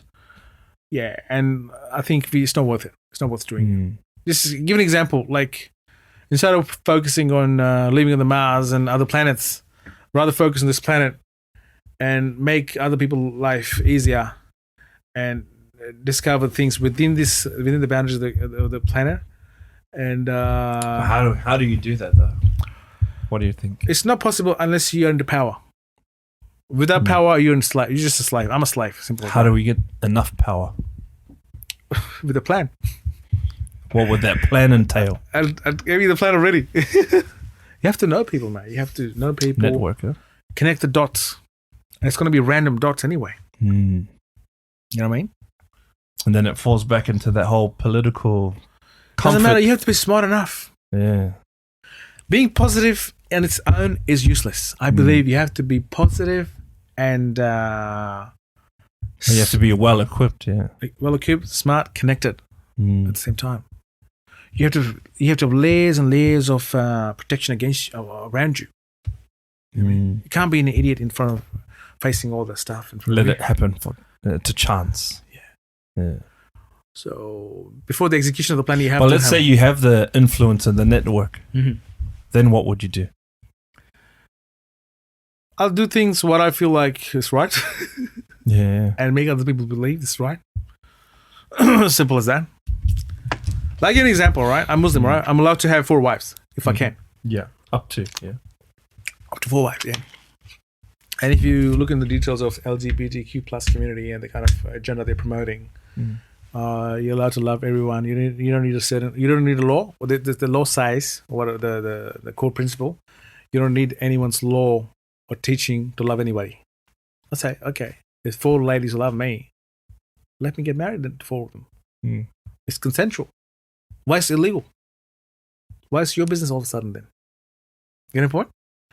They allow polyamory and many other relationships. Okay, go ahead with that. But why are you not allowing me to have 4 wives? In Australian law, it's a crime to have more than 1 wife. Oh, it is a crime? Yeah. I don't know. I don't. More than one, I think, isn't it? I asked one of the Coles guys who was wearing one of the rainbow badges. I told him, okay, what are you supporting? Rainbow, like, would you approve this and that? Yeah, no, because it means that if someone is in our team who backs them up, we are together. I said, okay. All right, I'm Muslim. I want to have 4 wives. Can you support me? Then he started arguing. Oh, how would you do it? I said, my headache. It's consensual. I'm not raping them. It's consensual relationship. The consensual. But it's not allowed, bro. Yeah. You know? The thing is, So having 4 wives, that's one of the things. That's the thing. There are a lot of laws, man-made laws in place, which are confused within themselves. You know what I mean? And somehow the objective that they're trying to achieve, which I would foresee, is that they are somehow anti-Christ, anti-religion, anti-Abrahamic religion, anti-Abrahamic religion. All the laws they're trying to create, that's going to be anti, or they're going to shake the fundamentals. Won't be in alignment with. Like, with those in other words, they're trying to laws. they are doing all the Satanism. What do you call that? Satanism under the cover of all this rainbow, whatever. That's my understanding. Because when you got a certain objective, you got a certain cover to it. You know what I mean? Simple as that. What do you mean? There's a lot of people who have a certain objective they're trying to achieve, but they put a cover to it. Oh, okay, yeah, like a front. A hidden objective. Yeah, they say one thing to get it to the masses. I'll give an example. I will share the video with you as well. In Germany, there was a Muslim family who resisted that. Okay, our kids are too young; they should not be educated about homosexuality and same-sex marriage. Yeah, I don't like think two so. dads and two moms, that kind of stuff. We feel like they're too young to get into all that. Yeah. Okay. Fair enough. So probably they changed the school, they took him out of the school or something, or they resisted somehow. Yeah. And all of a sudden, right. Yeah, they have the right to do it. what happened? The police arrived and almost invaded the house and took the kids away, just like DHHS. That's not Because you're not being a good parent, and we're gonna take your kids away. Same thing as DHHS. If they think you're not being a good parent, because of the. see you later. You can't see your It kids. doesn't sound right though. That's how intrusive these laws are turning out to be, which I don't agree with. DHHS caretaker, whoever they is, can never be replaced with a mom. So this is what they're doing. You know what I mean? For that reason too, that's. There's a lot of laws which are twisted on its own. Like an example, No, it sounds very twisted. 10 years ago in France, they constituted a law that women are not allowed to wear the niqab. Some Muslim women, they cover the face, like only the eyes are visible. And they made it illegal. You can't cover the head. It's also illegal. Oh, the head too. They made such laws in France, and apparently Islamophobic law or whatever. Then we hit by a pandemic when everybody was wearing masks, and half you cannot tell, man. You steal a bottle out of a bottle shop. You can't tell who the person was. Everyone's wearing a mask. Yeah, I was a security guard in Box Hill, and there's a dude who stole almost $400 worth of alcohol. We couldn't trace it. It's covered. So the thing is this: that there's a lot of man-made laws. They're flawed.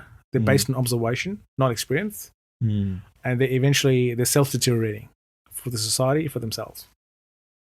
And how does it get there? There's politicians trying to appease a certain as group. I told you before, there's got a certain hidden agenda behind. Agenda, yeah.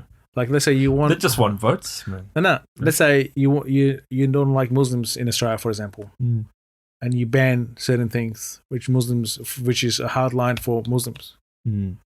So that means eventually you get indirectly trying to say to them that might piss off. They don't want you. I think it's more like This appeasing law isn't- groups, appeasing the groups that are gonna keep you in power. This law is in place. You like it or leave it. That's it. Mm. You know what I mean? So that's what the world is transforming into. That's what I was saying. Like, it goes back to not really thinking about what's best for the people or the nation. It's appeasing these groups. These active groups are gonna keep me And in then this power. position. They got money. Yeah. Like there's a thing called freedom of speech. You got a freedom of speech as long as you agree with me. Yeah, that's dying now, isn't it? It's died away already. Yes. You got a freedom of speech as long as you agree with me. If you do it, Yeah. you don't agree with me, you get As long as headbutted. you freely speak in this circle. Yeah, you get headbutted. You like can freely speak in this circle. yeah, exactly. That's Don't your say anything this is your outside freedom. of that. This is your freedom. Yeah, that's your freedom. The moment you say anything against, the moment you say anything, Say against, anything you want in this prison cell. Anything you want. Yeah. That doesn't sound like freedom of speech. So in other words, it's a very hypocrite world that we're living in. See, you see a lot of people get cancelled, because these groups are very, they're out there in force, So politicians, they don't want to get cancelled, They want the support of the group that are most fierce. Yeah. That keeps them in power as well. Yeah. So even though they may not agree with these, these kind of groups out there, but they just go on there and just say, because they're funding them. Yeah. They're paying them money, they're funding them. Yeah. And they got definitely funding with their vote. And they got personal objectives as well. So, yeah, that's how it's I all take personal objectives. So it's hard that's the flaw. It's very hard to find genuine people who got a genuine cause upstairs. That's the problem. And a lot of the middle class people like you and me, we are so much stuck in that circle. Yeah. It takes a lot of power and a lot of resources. A lot of courage and commitment to get out of that bubble, burst the bubble and get out of the zone and get into the power zone. Then you get to know how politically correct this country is. You get a point? Yeah. As long as you're serving their objectives, you're a good plumber. But then you're a good builder. Is that aligned with your own ethics, and your own spiritual law? Yep. Because then you're torn, It's like. Yeah, but I believe in when you get given any power by God, He will create opportunities for you to make it work for you. What matters at the end of the day is how committed you are, and how and what the goal larger than life you want to achieve down the track. That's what matters at the end of the day. Can't argue with that. Yeah. But yeah, see how we go. That's it, brother. Yeah. Jeez, that's been good, eh? Yeah. This is like nearly 3 hours. Goodness me, man. It's been a while. It's supposed to be like 1 hour. But it's been good, though. It was amazing. Yeah. I loved it. Did you love it? Oh, I loved it. I don't want to stop, but we've got to stop. Was it different than before, than you experienced it before with the other guests?